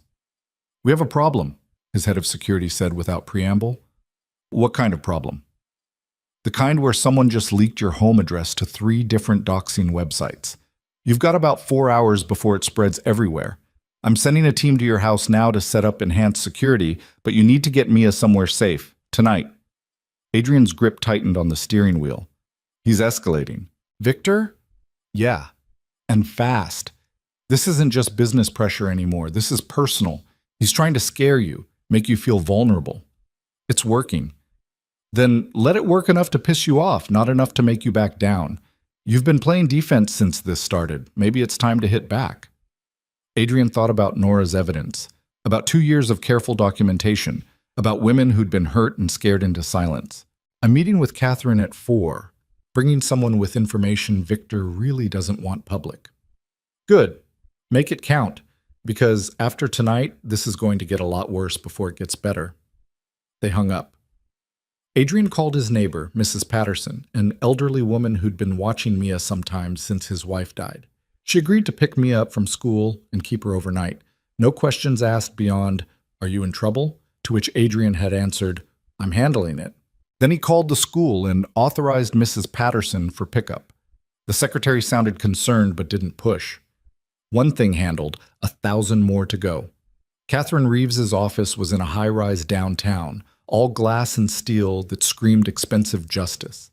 She met them in a conference room with a view of the city, rain streaking the windows like the world was crying. Catherine was 52, Korean-American, with the kind of sharp intelligence that made opposing lawyers nervous. She'd been Adrian's lawyer for 7 years, handling everything from contract disputes to the occasional threat from competitors who thought they could pressure him. She'd never lost a case. "Okay," Catherine said, settling into her chair. "Marcus gave me the basics, but I want to hear it from you. All of it." Adrian and Nora spent the next 90 minutes walking her through everything. The diner incident, Victor's retaliation, Nora's investigation, the evidence she'd collected. Catherine listened without interrupting, taking notes on a yellow legal pad in handwriting that looked like it had been designed to be unreadable. When they finished, she sat back and studied them both. "This is good," she said finally. "Better than good. If half of what you've documented is accurate, Victor Langley is looking at civil liability that could run into 8 figures. Maybe criminal charges if we find the right prosecutor." "But?" Adrian heard the hesitation in her voice. "But this is also incredibly messy. You've got a billionaire defending a waitress who turns out to be running a covert investigation. Victor's lawyers will claim entrapment, that Nora deliberately put herself in situations to provoke him, that she's been planning this whole thing as some kind of setup." "It wasn't entrapment," Nora said sharply. "I documented real abuse. Everything he did was his choice. I know that. But Victor's team will argue differently. They'll say you had an agenda, that you manipulated situations to make him look bad. They'll dig into your past, why you lost your job at the clinic, what happened with your supervisor. They'll try to paint you as someone with a grudge against powerful men. Let them try." Catherine's expression softened. "I admire your courage, but I need you to understand what you're signing up for. If we go public with this, your life becomes an open book. Every relationship, every mistake, every vulnerable moment, it all gets scrutinized. Are you ready for that?" Nora looked at Adrian, then back at Catherine. "I've been ready for 2 years. Let's do this." "Okay," Catherine turned to Adrian. "And you? Victor's already attacking your reputation. This will make it worse before it gets better. Your business relationships will take more hits. You'll be accused of using your wealth to silence critics or manipulate the narrative. Some people will call you a hero, others will call you a predator protecting his own. Are you ready for that?" Adrian thought about Mia, about the home address that was about to be everywhere, about the journalists and the death threats, and the way his daughter's school looked at him like a problem to be managed. "Yeah," he said. "I'm ready." Catherine nodded. "Then here's what we do. We file a civil suit against Victor Langley for assault, harassment, and intentional infliction of emotional distress. We include Nora's evidence as supporting documentation. We hold a press conference where both of you explain exactly what happened and what we've uncovered. And we make it very clear that this isn't about revenge. It's about accountability." "When?" Adrian asked. "Tomorrow. We move fast, before Victor can get ahead of it. I'll draft the filing tonight, have it ready to submit first thing in the morning. Press conference at noon. That gives news outlets time to pick it up for the evening cycle." "Victor will respond," Nora said. "Of course he will. He'll call you a liar, call Adrian a manipulator, throw everything he has at discrediting both of you. But here's the thing. Once this evidence is part of a legal filing, it becomes public record. Every journalist in the country will have access to it. Victor can spin all he wants, but the facts will speak for themselves." They spent another hour planning specifics. What to include in the filing, what to hold back for later. How to protect the other women who'd given testimony. What to say at the press conference, what questions to avoid. By the time they finished, night had fallen and the rain had turned to mist. Adrian's head hurt, and he was running on maybe 6 hours of sleep over the last 3 days. But for the first time since the diner incident, he felt like maybe they had a chance. Catherine walked them to the elevator. "Get some rest tonight, both of you. Tomorrow's going to be intense." "Thank you," Nora said, "for believing us." "I don't believe based on feelings," Catherine replied. "I believe based on evidence. And you've got evidence that would make a prosecutor's career. We just have to make sure it doesn't get buried." In the parking garage, Nora turned to Adrian. I'm scared. Me too. What if this doesn't work? What if we go through all of this and Victor still wins? Adrian didn't have a good answer. Then at least we tried. At least we stood up. Is that enough? It has to be. They stood there for a moment, two people who'd been strangers 5 days ago, now bound together by shared trauma and the decision to fight back. My sister, Nora said quietly. If something happens to her because of this, it won't. I'm putting security on her tonight, and on Dorothy, and on anyone else who might be a target. Victor wants us scared? Fine. But he doesn't get to hurt people we care about. Nora's eyes were bright. You didn't have to do any of this. You could have walked away the second things got complicated. Yeah, I could have. But then I'd have to explain to my daughter why I stopped doing the right thing when it got hard. And I'm not ready to have that conversation. They said goodnight and drove off in separate directions. Adrian headed to Mrs. Patterson's house to check on Mia, his phone already buzzing with updates from Marcus about security arrangements, media monitoring, potential threats that were probably nothing but couldn't be ignored. Mia was in her pajamas, watching a cartoon about talking vegetables. She ran to him when he came in. Daddy, Mrs. Patterson made cookies. That's great, baby. Adrian hugged her tight, breathing in the smell of her strawberry shampoo. Are you staying tonight? No, sweetheart. Daddy has to work. But you'll have fun here, right? I guess. She looked up at him with serious eyes. Are you in trouble? No, well, maybe a little, but I'm fixing it. Is it because of the mean man from the restaurant? Yeah, but don't worry about that. You just worry about being 6 and eating too many cookies, okay? She giggled, and the sound was the only good thing that had happened all day. Adrian left after reading her one story and promising he'd pick her up tomorrow after school. Mrs. Patterson walked him to the door. Whatever you're dealing with, she said quietly, you're a good man. Don't let anyone make you forget that. Thank you, Helen. And if anyone comes around here asking about Mia, they'll have to go through me first. I've got a baseball bat and no patience for nonsense. Despite everything, Adrian smiled. I believe you. He drove home to a house that felt too empty. Marcus's security team had installed cameras and upgraded the locks. There was a car parked across the street with 2 people inside, private security, there to make sure no one tried anything stupid. Adrian microwaved something that was supposed to be dinner, ate 3 bites, and gave up. He sat on his couch with all the lights off, looking at his phone. The video was at 31 million views now. The comments had become a war zone. Someone had created an entire website dedicated to exposing him as a fraud. Another site called him a hero and was selling t-shirts with his face on them. His life had become a commodity, something for strangers to debate and dissect and decide. But tomorrow, he'd start fighting back. Tomorrow, Victor Langley would learn that some prey fought back. And sometimes, the hunter became the hunted. Adrian didn't sleep that night either. He sat at his kitchen table with Catherine's drafted filing open on his laptop, reading through legal language that translated Nora's 2 years of hell into sterile paragraphs about intentional torts and compensatory damages. The evidence was attached as exhibits, 47 incidents reduced to numbered appendices. At 4:17 a.m., his phone buzzed. Marcus, MC. Langley's making moves. His legal team filed an emergency restraining order against you, claiming you're harassing him, that the diner incident was premeditated assault. Adrian typed back with hands that wanted to shake but didn't. AV. On what grounds? MC. They're saying you've been obsessively following his business activities, that you engineered the confrontation, that you're now conspiring with a disgruntled employee to destroy his reputation. It's creative fiction. AV. Will it work? MC. Not if we file first. Catherine needs to submit by 8 a.m. The restraining order hearing isn't until 2 p.m.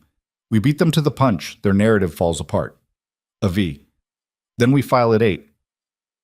MC. Already told Catherine. She's at the courthouse now, waiting for the clerk's office to open.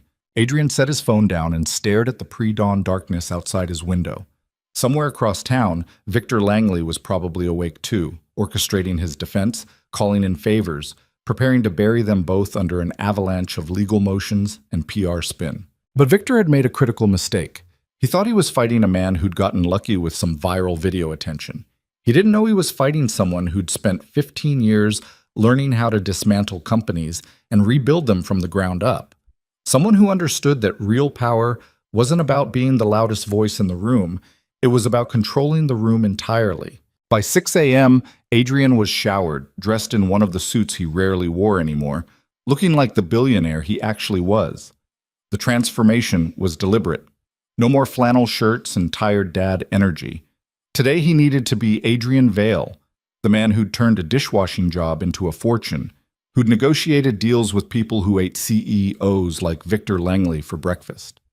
Catherine called at 7:43. It's filed. Clerk's office just opened, and we were first in line.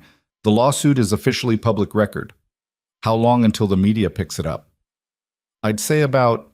Catherine paused. Never mind. A P just sent out an alert. Here we go. Adrian pulled up his phone. The Associated Press notification read, Billionaire Adrian Vale files suit against CEO.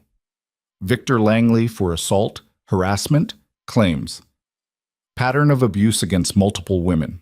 Within minutes, every major outlet was running versions of the story. Some led with Adrian's identity finally being revealed. Others focused on the allegations against Victor. A few enterprising journalists had already started digging through the public filing, pulling out the most damaging details. His phone exploded with calls. He ignored all of them, except one. Mr. Vale? It was Dorothy from the diner, her voice shaking. I just saw the news. Is it true? Is Nora really... Everything in that filing is documented and verified, Adrian said. I know this is going to bring attention to the diner. I'm sorry for that. Don't be sorry. Be successful. That man's been terrorizing my staff for 3 years, and I couldn't do anything about it because I need this business to survive. Dorothy's voice hardened. You take him down, you hear me? You take him all the way down. That's the plan. And Nora, is she safe? He's going to come after her hard. She's protected. I've got security on her, on you, on everyone connected to this. He won't touch any of you. After they hung up, Adrian drove to Catherine's office. The press conference was scheduled for noon, but they needed to prep, to anticipate questions, to make sure their message was airtight. Nora was already there when he arrived, looking pale but determined. She dressed carefully too, professional but not expensive, approachable but not weak. Every detail mattered now. Every image would be analyzed. I threw up this morning, she said without preamble. Twice. I'm terrified. That's normal. Is it? Because you look completely calm. Adrian loosened his tie slightly. I'm faking it. Inside, I feel like I'm about to jump off a cliff. That's actually reassuring. Catherine entered carrying a tablet and 3 cups of coffee that smelled significantly better than the $7 disaster from yesterday. Okay, people, let's talk strategy. The press conference is in 4 hours. Victor's team is already spinning this as a conspiracy between a vindictive woman and a wealthy man looking for publicity. We need to counter that narrative immediately. How? Nora asked. By being completely transparent. We show the evidence, we explain the timeline, we make it clear this isn't about revenge. It's about holding someone accountable for years of documented abuse. Catherine set her tablet on the conference table. Adrian, you're going to speak first. Establish the facts of the diner incident from your perspective. No emotions, no attacks on Victor's character. Just what you saw and why you intervened. Got it. Nora, you're going second. This is where we shift from one incident to a pattern. You explain who you are, why you started investigating, and what you found. The key is to humanize the other women without making it sound like you were running some kind of vigilante operation. What if they ask why I didn't go to the police sooner? You tell them you did. You tell them exactly what that detective said to you. Let the public decide if that's acceptable. Catherine looked between them. Questions will get hostile. Someone will ask if you're having an affair. Someone will suggest Adrian paid you to make these accusations. Someone will definitely ask about the timing. Why file the lawsuit the same day Victor filed a restraining order? What do we say to that? Adrian asked. The truth. We didn't know about the restraining order until after we filed. The timing is coincidental, and it shows Victor is trying to use the legal system to silence victims. Don't get defensive. Don't attack. Just state facts and let the audience draw their own conclusions. They spent the next 3 hours running through potential questions, refining their statements, making sure their stories aligned without sounding rehearsed. Catherine was relentless, playing the role of hostile journalist with uncomfortable accuracy. Ms. Hayes, isn't it true you lost your previous job due to making false accusations against a supervisor? Nora didn't flinch. I reported harassment. My supervisor used his connections to have me fired. That's exactly the pattern of retaliation we're talking about. Mr. Vale, some people are calling this a publicity stunt. How do you respond? I respond by pointing to the evidence. 47 documented incidents, audio recordings, photographs, witness testimony. If that's a publicity stunt, it's the most elaborate one in history. At 11:30, Marcus arrived with an update that made Adrian's stomach drop. Victor's holding his own press conference right now. He moved it up to get ahead of ours. Catherine swore quietly. Get it on screen. They gathered around the monitor as Victor Langley appeared, standing at a podium with the Meridian Holdings logo behind him. He looked perfectly composed, every inch the wronged businessman. Thank you for coming on short notice, Victor began. I'm sure you've all seen the baseless lawsuit filed against me this morning. I want to address it directly, because silence in the face of lies is complicity. Adrian watched, his jaw tight. Adrian Vale and Nora Hayes have conspired to destroy my reputation through fabricated evidence and manufactured claims. Ms. Hayes is a former mental health professional who lost her job due to erratic behavior and false accusations against her colleagues. Mr. Vale is a reclusive billionaire who apparently decided that buying companies wasn't enough. He needed to buy a narrative. He's good, Nora whispered. He's really good. The so-called evidence they've presented is a combination of selectively edited recordings, misrepresented conversations, and outright lies. I have never harassed anyone. I have never assaulted anyone. What I have done is hold people accountable in professional settings, which apparently some individuals find threatening. Victor paused, his expression shifting to something meant to look wounded. I understand that in today's climate, accusations alone are enough to destroy careers. Due process doesn't matter. Evidence doesn't matter. All that matters is the story, and whoever tells it first. Well, I'm telling you now, this is a coordinated attack by two people with an agenda. Ms. Hayes has been planning this for years, carefully documenting normal workplace interactions and twisting them into something sinister. Mr. Vale got involved after I allegedly mistreated her at a diner. But what the viral video doesn't show is that Ms. Hayes and I had a history. She'd been following me, showing up at places I frequent, trying to manufacture confrontations.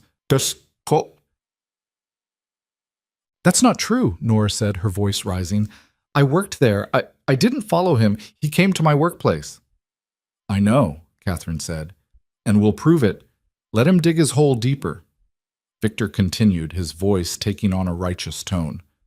I'm filing countersuits for defamation, conspiracy, and abuse of process. I will not let my name be dragged through the mud by people who see a wealthy target and think they can cash in. This ends today. He took a few questions, all softballs from reporters who either liked him or feared him. Then he dropped the bomb. One more thing. I'm offering a reward, $100,000, to anyone who can provide evidence that Ms. Hayes' claims are fabricated. Recordings, messages, anything that shows she's been planning this attack. Because I know the truth will come out, and when it does, both Mr. Vale and Ms. Hayes will face the consequences of their actions. The press conference ended. Adrian, Nora, and Catherine sat in silence for a moment. Well, Catherine said finally, that complicates things. He just offered money for people to lie about me, Nora said, her voice hollow. He's literally paying for false evidence, which is witness tampering and obstruction of justice. We'll add it to the filing. Catherine stood up.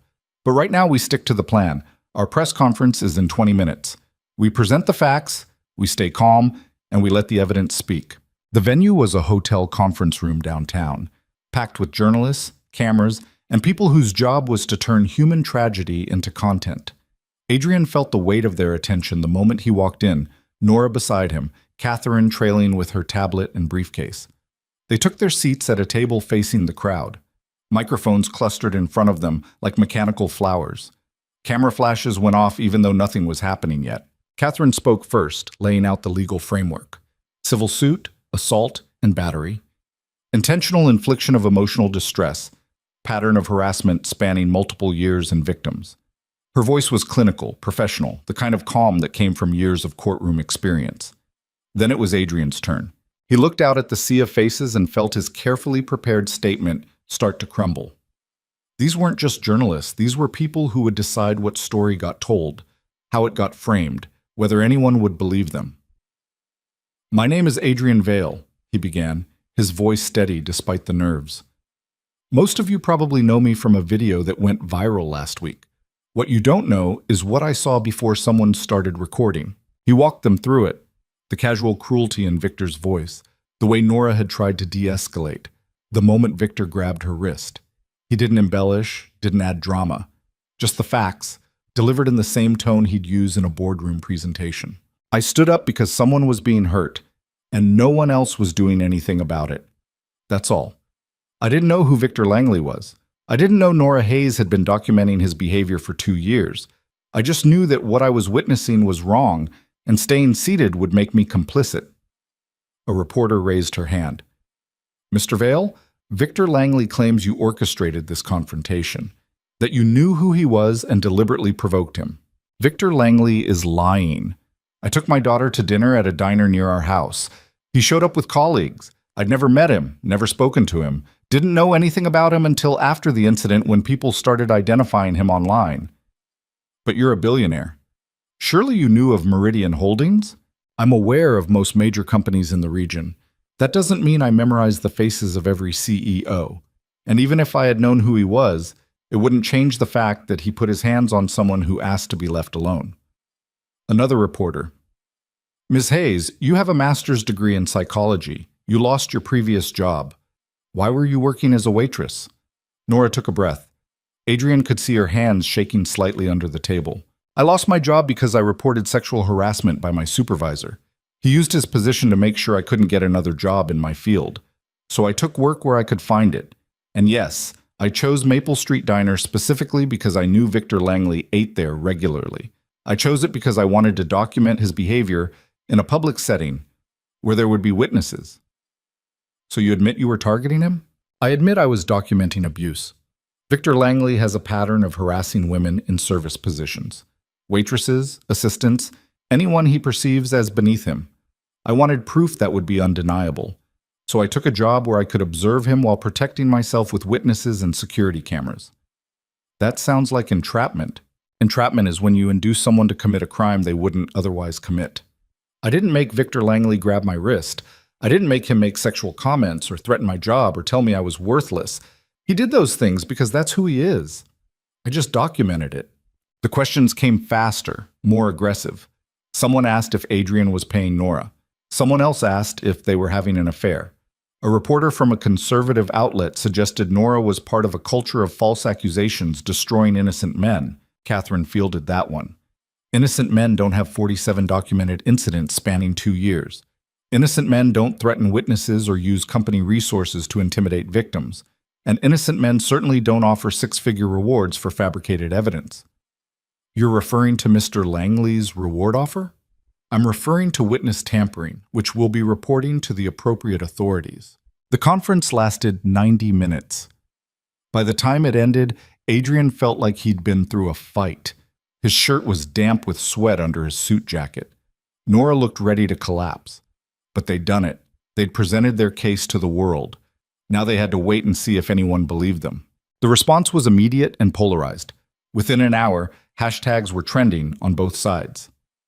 Hashtag Believe Nora and hashtag Langley's Lies competed with hashtag False Accusations and hashtag Gold Diggers. Think pieces appeared arguing both positions. Legal analysts debated the strength of the case on cable news. Adrian ignored most of it. He picked up Mia from Mrs. Patterson's house, took her home, made her chicken nuggets for dinner, and tried to pretend the world wasn't dissecting his life in real time. "Daddy, you're on TV," Mia said, pointing at the tablet she wasn't supposed to have at the dinner table. Adrian gently took it away. "I know, baby. Don't worry about it. Are you famous now?" "Kind of. But the boring kind of famous, not the fun kind." "What's the fun kind?" "Astronauts, or people who discover dinosaurs. I'm just the kind who talks to reporters."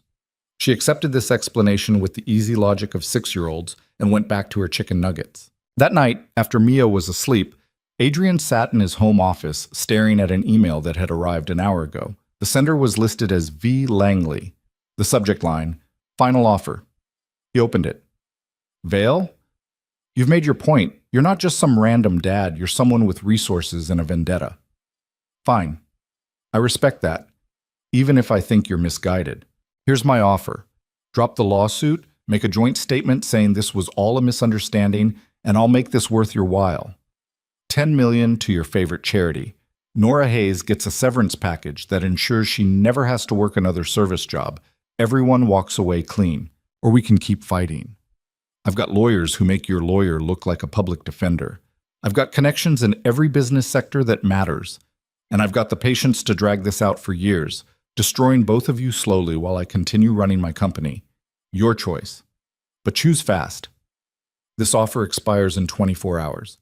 VL Adrian read it twice, then forwarded it to Catherine with a single word. Interesting. She called immediately. Don't even think about it. I'm not, but it shows he's worried.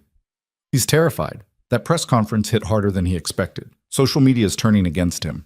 3 of his board members called me asking if the allegations are true. His board? Victor doesn't have absolute control of Meridian Holdings. He's CEO, but there's a board of directors who can remove him if they decide he's a liability. And right now, he's becoming radioactive. Adrian felt something shift in his chest. Not quite hope, but possibility. What do we do? We keep the pressure on. I've got 3 more women ready to come forward with their own stories about Victor.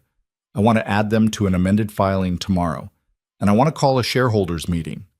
You want to go after his company? I want to give his board a choice. Keep a CEO who's facing multiple lawsuits and massive PR damage, or cut him loose and save the company. Business is about numbers, Adrian. Right now, Victor's a bad investment. That's ruthless. That's justice. He used his company's power to hurt people. We use that same company to hold him accountable. They talked strategy for another hour. By the time they hung up, Adrian had a plan forming. It was aggressive, maybe too aggressive. But Victor had made one critical mistake. He'd gone after Mia. Not directly. Not yet. But the doxing, the leaked address, the veiled threats, all of it was designed to make Adrian feel like his daughter wasn't safe. Like nowhere was safe. That crossed a line. Adrian opened his laptop and started making calls. First to his investment team, then to his network of business contacts, then to people who knew people who sat on Meridian Holdings' board of directors. He'd spent years building relationships, earning trust, proving he was someone who kept his word and delivered results. Now he was calling in every favor, leveraging every connection, using the full weight of his resources for the first time since this started. If Victor wanted a war, he'd get one, but it wouldn't be fought in the press or the courts alone. It would be fought in the boardroom where Victor thought he was untouchable. By 2 a.m., Adrian had commitments from 4 institutional investors who collectively owned 38% of Meridian Holdings. They'd all expressed serious concerns about Victor's leadership and wanted an emergency board meeting to discuss the company's direction. Catherine had drafted the formal request. It would be delivered in the morning. Adrian finally allowed himself to sleep, setting his alarm for 5 hours that would probably feel like 5 minutes. He dreamed about his wife. She was standing in their old kitchen, the one they'd renovated together before Mia was born, before cancer took her and left him alone with the toddler and grief so heavy he thought it might actually kill him. "You're doing the right thing," she said in the dream, though his wife had never been one for easy reassurance. She'd been practical, sometimes brutally honest, always challenging him to be better than he thought he could be. "Am I?" Dream Adrian asked. "Or am I just making everything worse? Does it matter? You already chose. Now finish it." He woke up at dawn with that sentence still echoing.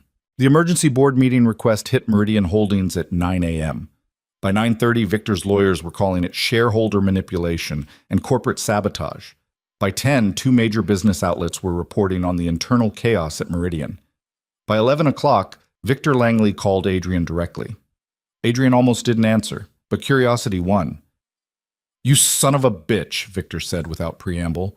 "You're trying to steal my company. I'm trying to hold you accountable. There's a difference. You think you can just waltz in and turn my board against me? I built Meridian from nothing. Those people owe me everything. Those people owe fiduciary duty to shareholders, and right now you're damaging shareholder value. They'll cut you loose to save the company. This is about that waitress? About one night at a diner? You're willing to destroy everything over that? Adrian's grip tightened on his phone. It's not about one night. It's about 47 documented incidents. It's about women you've terrorized for years. It's about using your position to hurt people who couldn't fight back. Everyone I allegedly hurt knew exactly what they were getting into. They made choices. They made choices under duress. That's not consent, Victor. That's coercion. You don't understand how the world works. Power exists. Some people have it, some people don't. That's not my fault. You're right. But how you use that power, that is your fault. Victor was quiet for a moment. When he spoke again, his voice had changed, less angry, more calculating.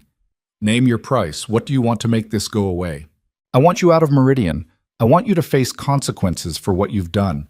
And I want every woman you've hurt to know that someone actually listened. That's not going to happen. Then I guess we'll see you at the board meeting. Adrian hung up. His hands were shaking. Not from fear, from something else.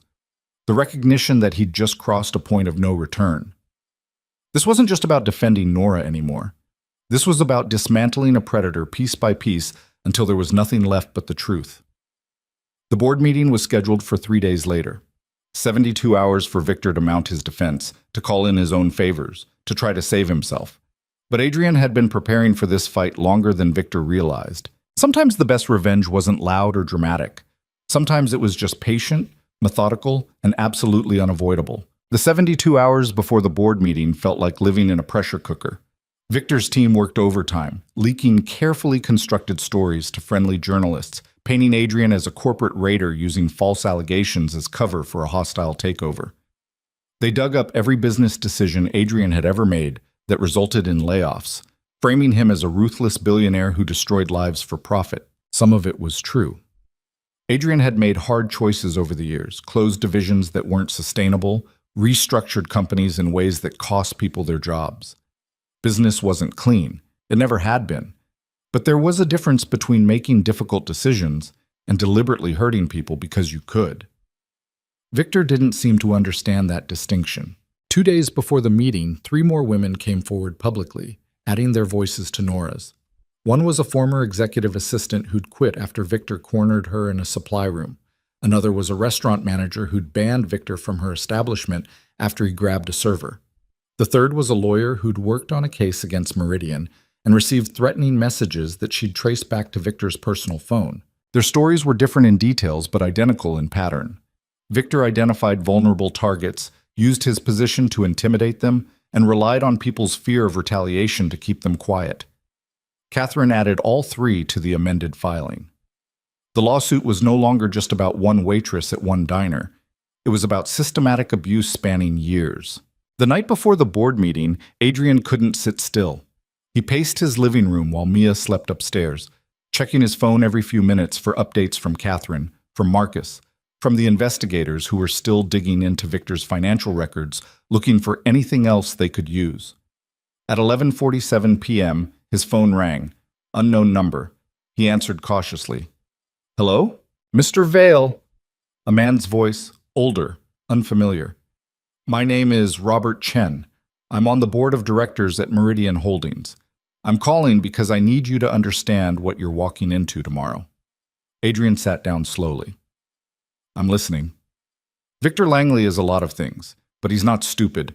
He knows the shareholders are turning against him. He knows the lawsuits are damaging the company's reputation, so he's prepared a defense that might actually work. What kind of defense? He's going to argue that removing him would be admitting guilt, that the company would be liable for massive damages if the board acknowledges his behavior was wrong. He's going to threaten to fight any termination, to drag Meridian through years of litigation that will cost more than just paying him to stay. That's extortion. That's business.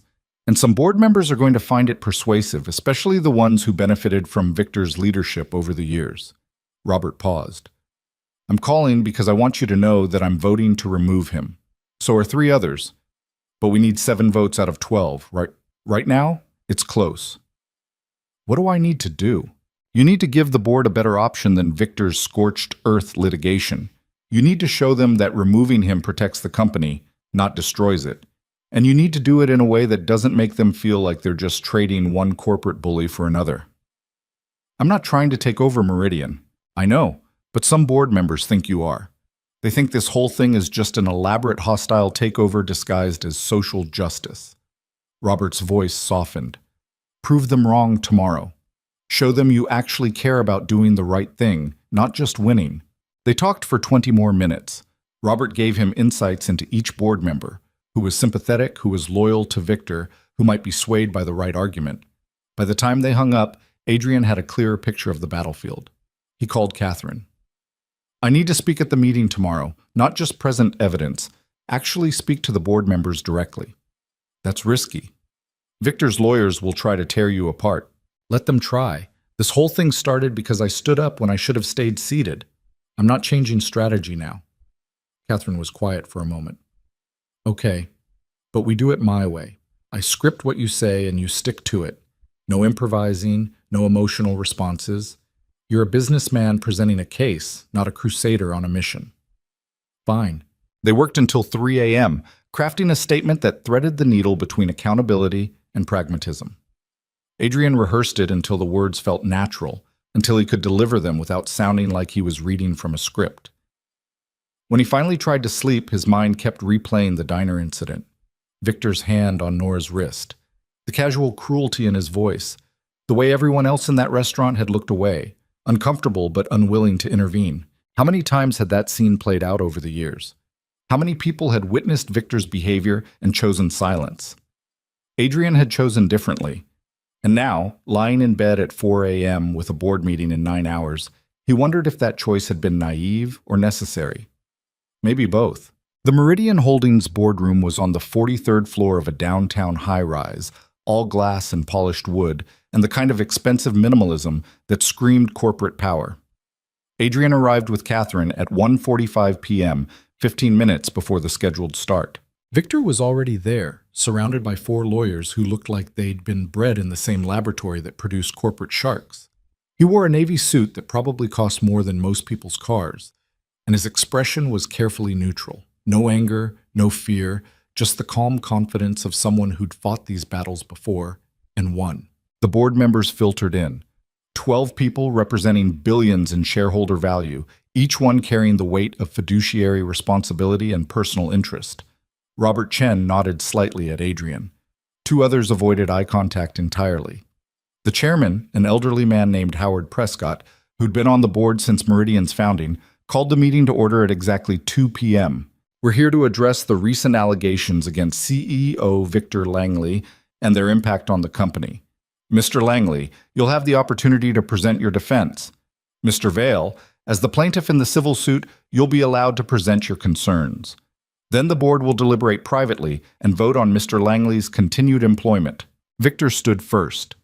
His lawyers had prepared a presentation, slides with financial data showing Meridian's growth under his leadership, testimonials from employees praising his vision, character references from business leaders and politicians. What you're seeing, Victor said, gesturing at the screen, is 15 years of success. When I took over Meridian, we were a regional investment firm managing $200 million in assets. Today, we manage over $4 billion. I've created jobs, generated returns for shareholders, and built this company into a respected name in the industry. He paused, making eye contact with each board member.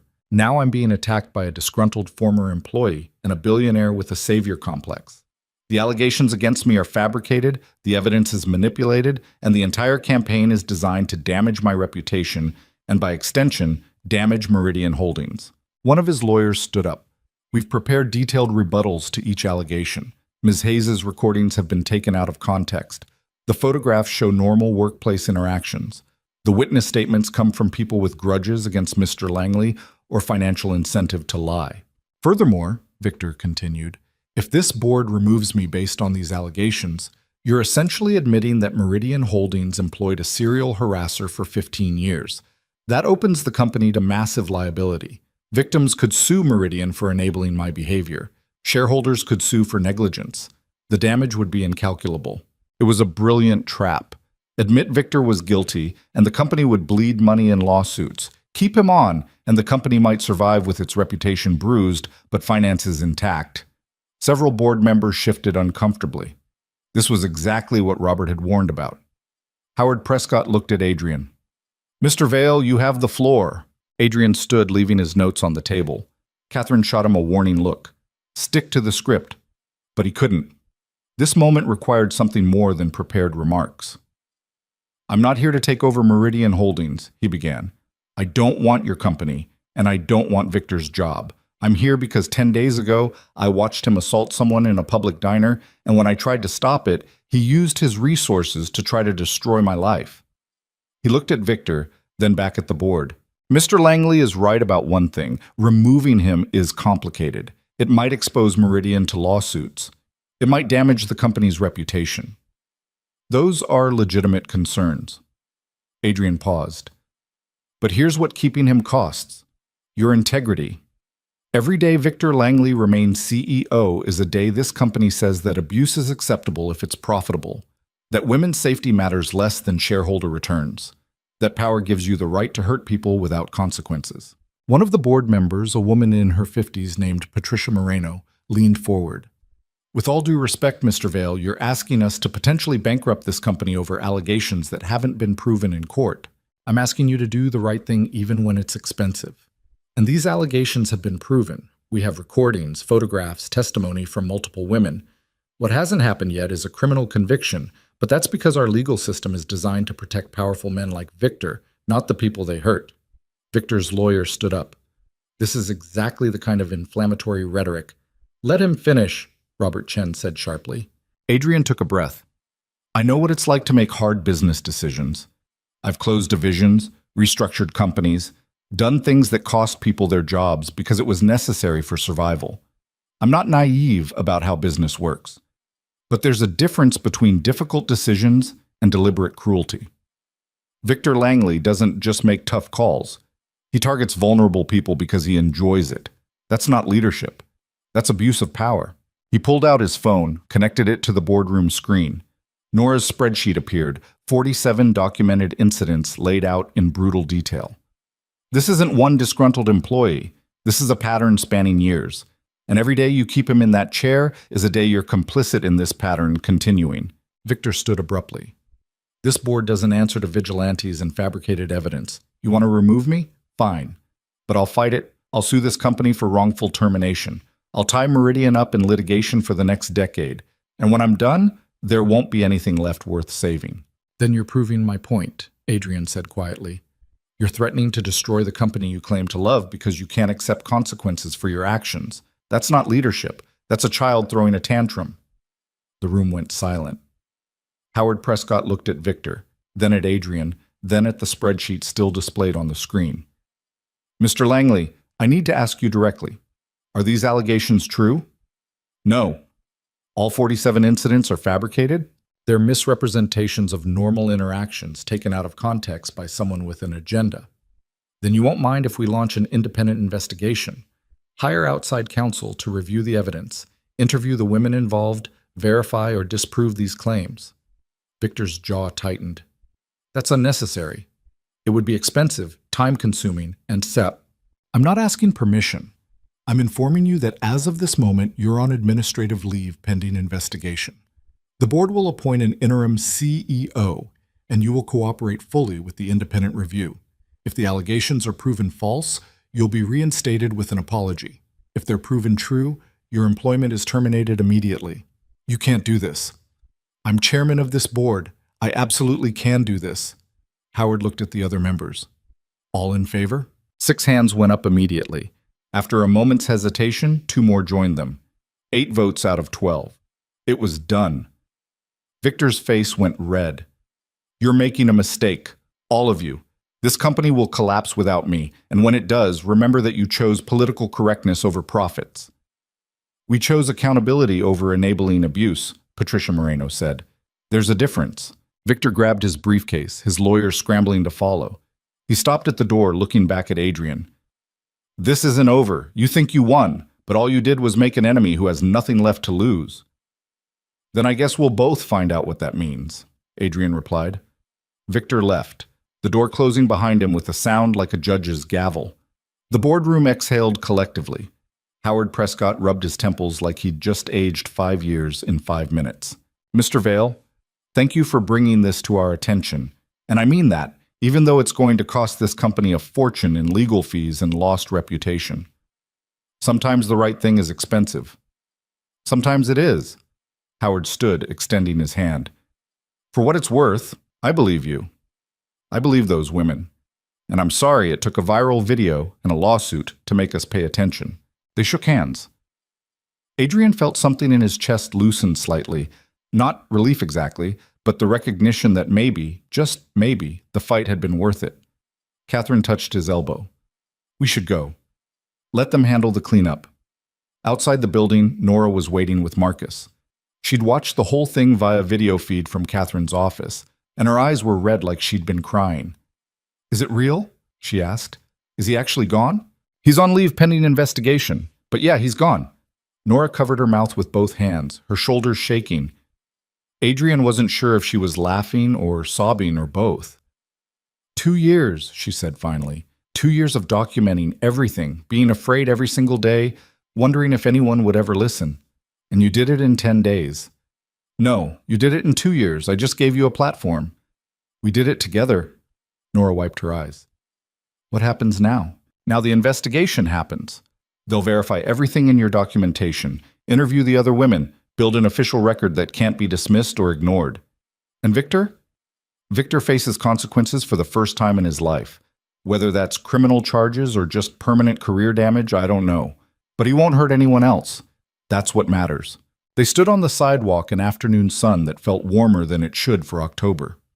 People rushed past on their way to meetings and appointments, oblivious to the fact that something significant had just happened 43 floors above them. Marcus cleared his throat. I hate to break up the moment, but we've got about 17 news crews waiting outside Adrian's house. Someone leaked that the board meeting happened. Of course they did. Adrian sighed. Okay, Catherine, draft a statement, something short. We're pleased the board took these allegations seriously. We look forward to the investigation's findings. Nothing dramatic. Already done. Sent it to AP 5 minutes ago. You're terrifyingly efficient. It's why you pay me. Catherine smiled, and it was the first genuine smile Adrian had seen from her in days. Now go home. Be with your daughter. Let me handle the cleanup. Adrian drove home alone, Marcus following in a separate car to deal with the journalists camped outside. The neighborhood looked normal. Kids playing, someone mowing their lawn, the everyday rhythm of suburban life. But when he pulled into his driveway, Mia was sitting on the front steps with Mrs. Patterson, and the moment she saw him, she ran. Daddy! He caught her, lifting her up despite the fact that she was definitely getting too big for this. She wrapped her arms around his neck and held on tight. I saw you on TV again, she said into his shoulder. Mrs. Patterson said you were at an important meeting. I was. It went okay. Did you win? Adrian thought about that. Victor was gone from Meridian, but the investigation would take months. The lawsuits would drag on. The damage to reputations, both his and Victor's, wouldn't heal quickly. Nothing about this felt like a clean victory, but a man who'd hurt people for years was finally facing consequences. Women who'd been silenced were finally being heard, and his daughter was looking at him like he'd done something that mattered. Yeah, baby, I think we won. Over the next week, the story evolved in ways Adrian couldn't have predicted. The independent investigation at Meridian uncovered even more allegations. Former employees who'd been too scared to come forward initially, but felt safe now that Victor was gone. Financial irregularities that suggested he'd been using company funds to pay off previous complaints. A culture of fear that had permeated the entire organization. Victor tried to fight back. His lawyers filed motion after motion, gave interviews claiming he was being railroaded, threatened everyone involved with defamation suits. But without Meridian's resources backing him, without the shield of corporate power, his threats rang hollow. 3 weeks after the board meeting, the district attorney's office announced they were opening a criminal investigation into Victor's conduct. No charges yet, but the fact that they were looking meant Nora's evidence had been compelling enough to overcome the usual reluctance to prosecute powerful men. Dorothy's Diner got a surprising boost in business. People wanted to eat at the place where the viral video happened, wanted to see where this whole thing started. She hired 2 more servers and finally got the health inspector issues resolved. Turned out most of the violations were either exaggerated or outright fabricated. I'm thinking of putting up a plaque, Dorothy told Adrian when he stopped by with Mia one Saturday morning. Right at the booth where you were sitting. On this spot, a good man stood up. Something like that. Please don't. Too late. Already ordered it. She grinned, pouring coffee without asking. You did a good thing, honey. Let people celebrate that. The lawsuit settled out of court 6 weeks later. Victor agreed to pay Nora and the other women undisclosed amounts, rumored to be 7 figures each, in exchange for avoiding a public trial.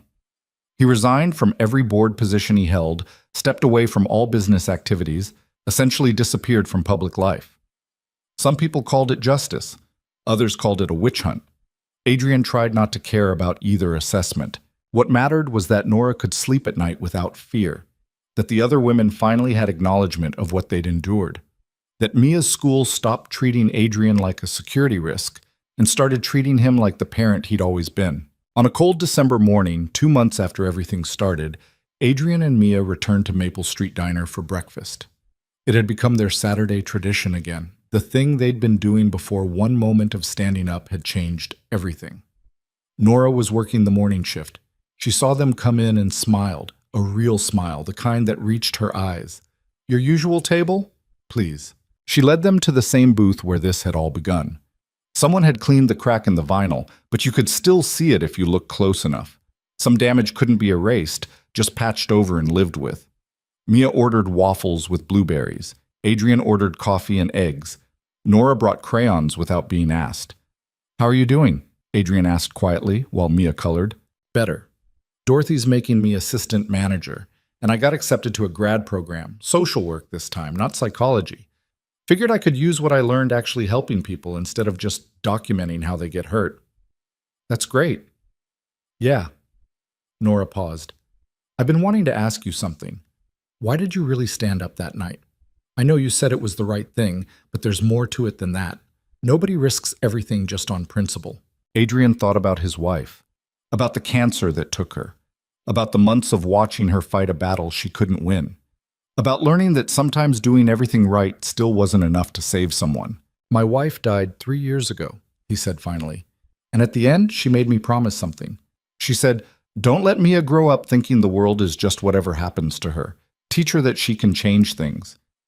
I didn't really know what that meant until that night at the diner, but when I saw Victor put his hands on you, I realized Mia was watching, and if I stayed seated, I'd be teaching her that we only stand up when it's convenient or safe. That's not the lesson I wanted her to learn.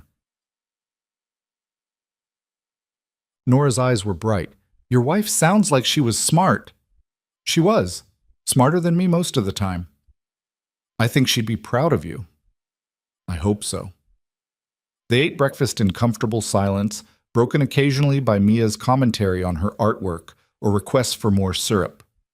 The diner filled with the weekend crowd, families, elderly couples, the occasional solo person reading a newspaper. Normal life, continuing like it always did. When they finished, Adrian left a generous tip and helped Mia into her coat. As they headed for the door, Nora called out, Same time next week? Adrian smiled. Same time next week. Outside, the December air was sharp and cold, threatening snow. Mia grabbed his hand as they walked to the car. Daddy, can I ask you something? Always. That man from before, the mean one, is he ever coming back? No, baby, he's not coming back. Good. She thought about this for a moment. Did you make him go away? I helped, but a lot of people work together to make things right. Like a team? Exactly like a team. They drove home through streets decorated for Christmas, past houses with lights and inflatable snowmen and all the ordinary trappings of suburban December. Adrian's phone sat silent in the cup holder. No death threats, no journalists, no urgent calls from lawyers or security teams. Just quiet. At home, he made hot chocolate while Mia watched cartoons. Later, they'd build a blanket fort and read books and do all the weekend things they'd been doing since before the world knew his name. That evening, after Mia was asleep, Adrian sat in his living room with the lights off except for the glow from the street. He thought about the last 2 months, about everything that had happened since one moment in a diner changed the trajectory of his life. He'd lost business relationships, spent a fortune on legal fees, had his privacy destroyed and his reputation dissected by millions of strangers. His daughter's school had almost asked him to leave. His home address was public knowledge. The comfortable anonymity he'd built was gone forever. And he'd do it all again. Because some things mattered more than comfort or safety or the careful life he'd constructed. Some things demanded that you stand up even when the cost was high. His phone buzzed. A text from Nora. NH. Thank you for everything. I know I've said it before, but I needed to say it again. You changed my life, Adrian typed back.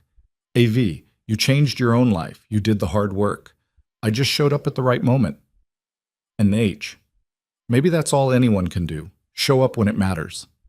AV. Maybe. He set his phone down and looked out the window at his quiet street.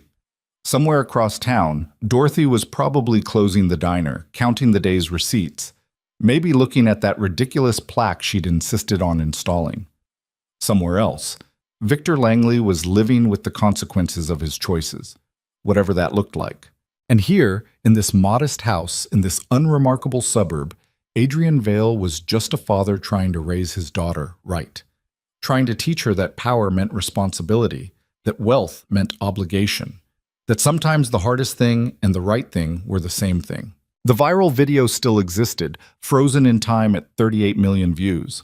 People still debated it, dissected it, used it to argue about everything from toxic masculinity to corporate accountability to whether random acts of courage actually mattered in a world that seemed designed to reward cruelty. But Adrian had stopped watching it. He'd been there. He knew what happened. And more importantly, he knew what happened after, the part the video didn't show.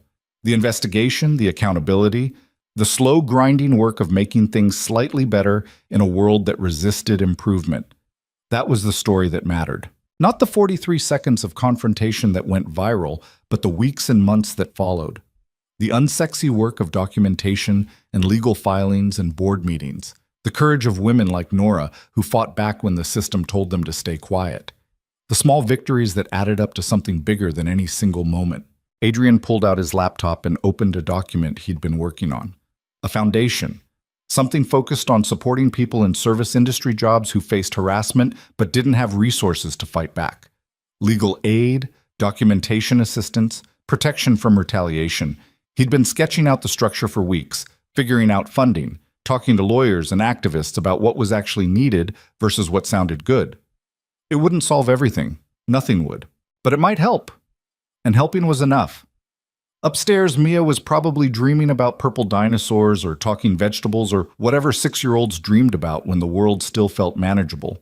She didn't know that her father had spent the last 2 months learning that the world wasn't manageable at all. It was chaotic and unfair and full of people like Victor Langley who thought power gave them permission. But she'd learned soon enough. And when she did, Adrian wanted her to remember that her father had stood up, that when it mattered, he'd chosen courage over comfort. That was the only legacy that actually counted.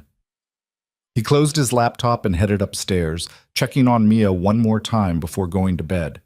She was sprawled across her mattress, covers kicked off, elephant clutched in one hand. He pulled the blanket back over her, kissed her forehead, and stood there for a moment in the darkness. "Your mom would be proud," he whispered. "I hope I'm doing this right." No answer, of course, just the sound of his daughter breathing, peaceful and safe. That would have to be enough. In the morning, there would be new challenges. The foundation to build, the continued fallout from the lawsuits, the slow process of rebuilding a reputation that would never quite be the same. There would be people who still believed Victor's version of events, who thought Adrian was a bully hiding behind noble intentions. Let them think what they wanted. He knew the truth. Nora knew the truth. The women who'd finally been heard knew the truth. And somewhere in a diner across town, there was a plaque marking the spot where a tired father made a choice that changed everything. Not because he was special or brave or destined for heroism, just because he was there and someone needed help, and staying seated would have cost more than standing up. In the end, that's all any of this had ever been about. One person, one moment, one choice to do the right thing, even when it was hard. The rest was just details.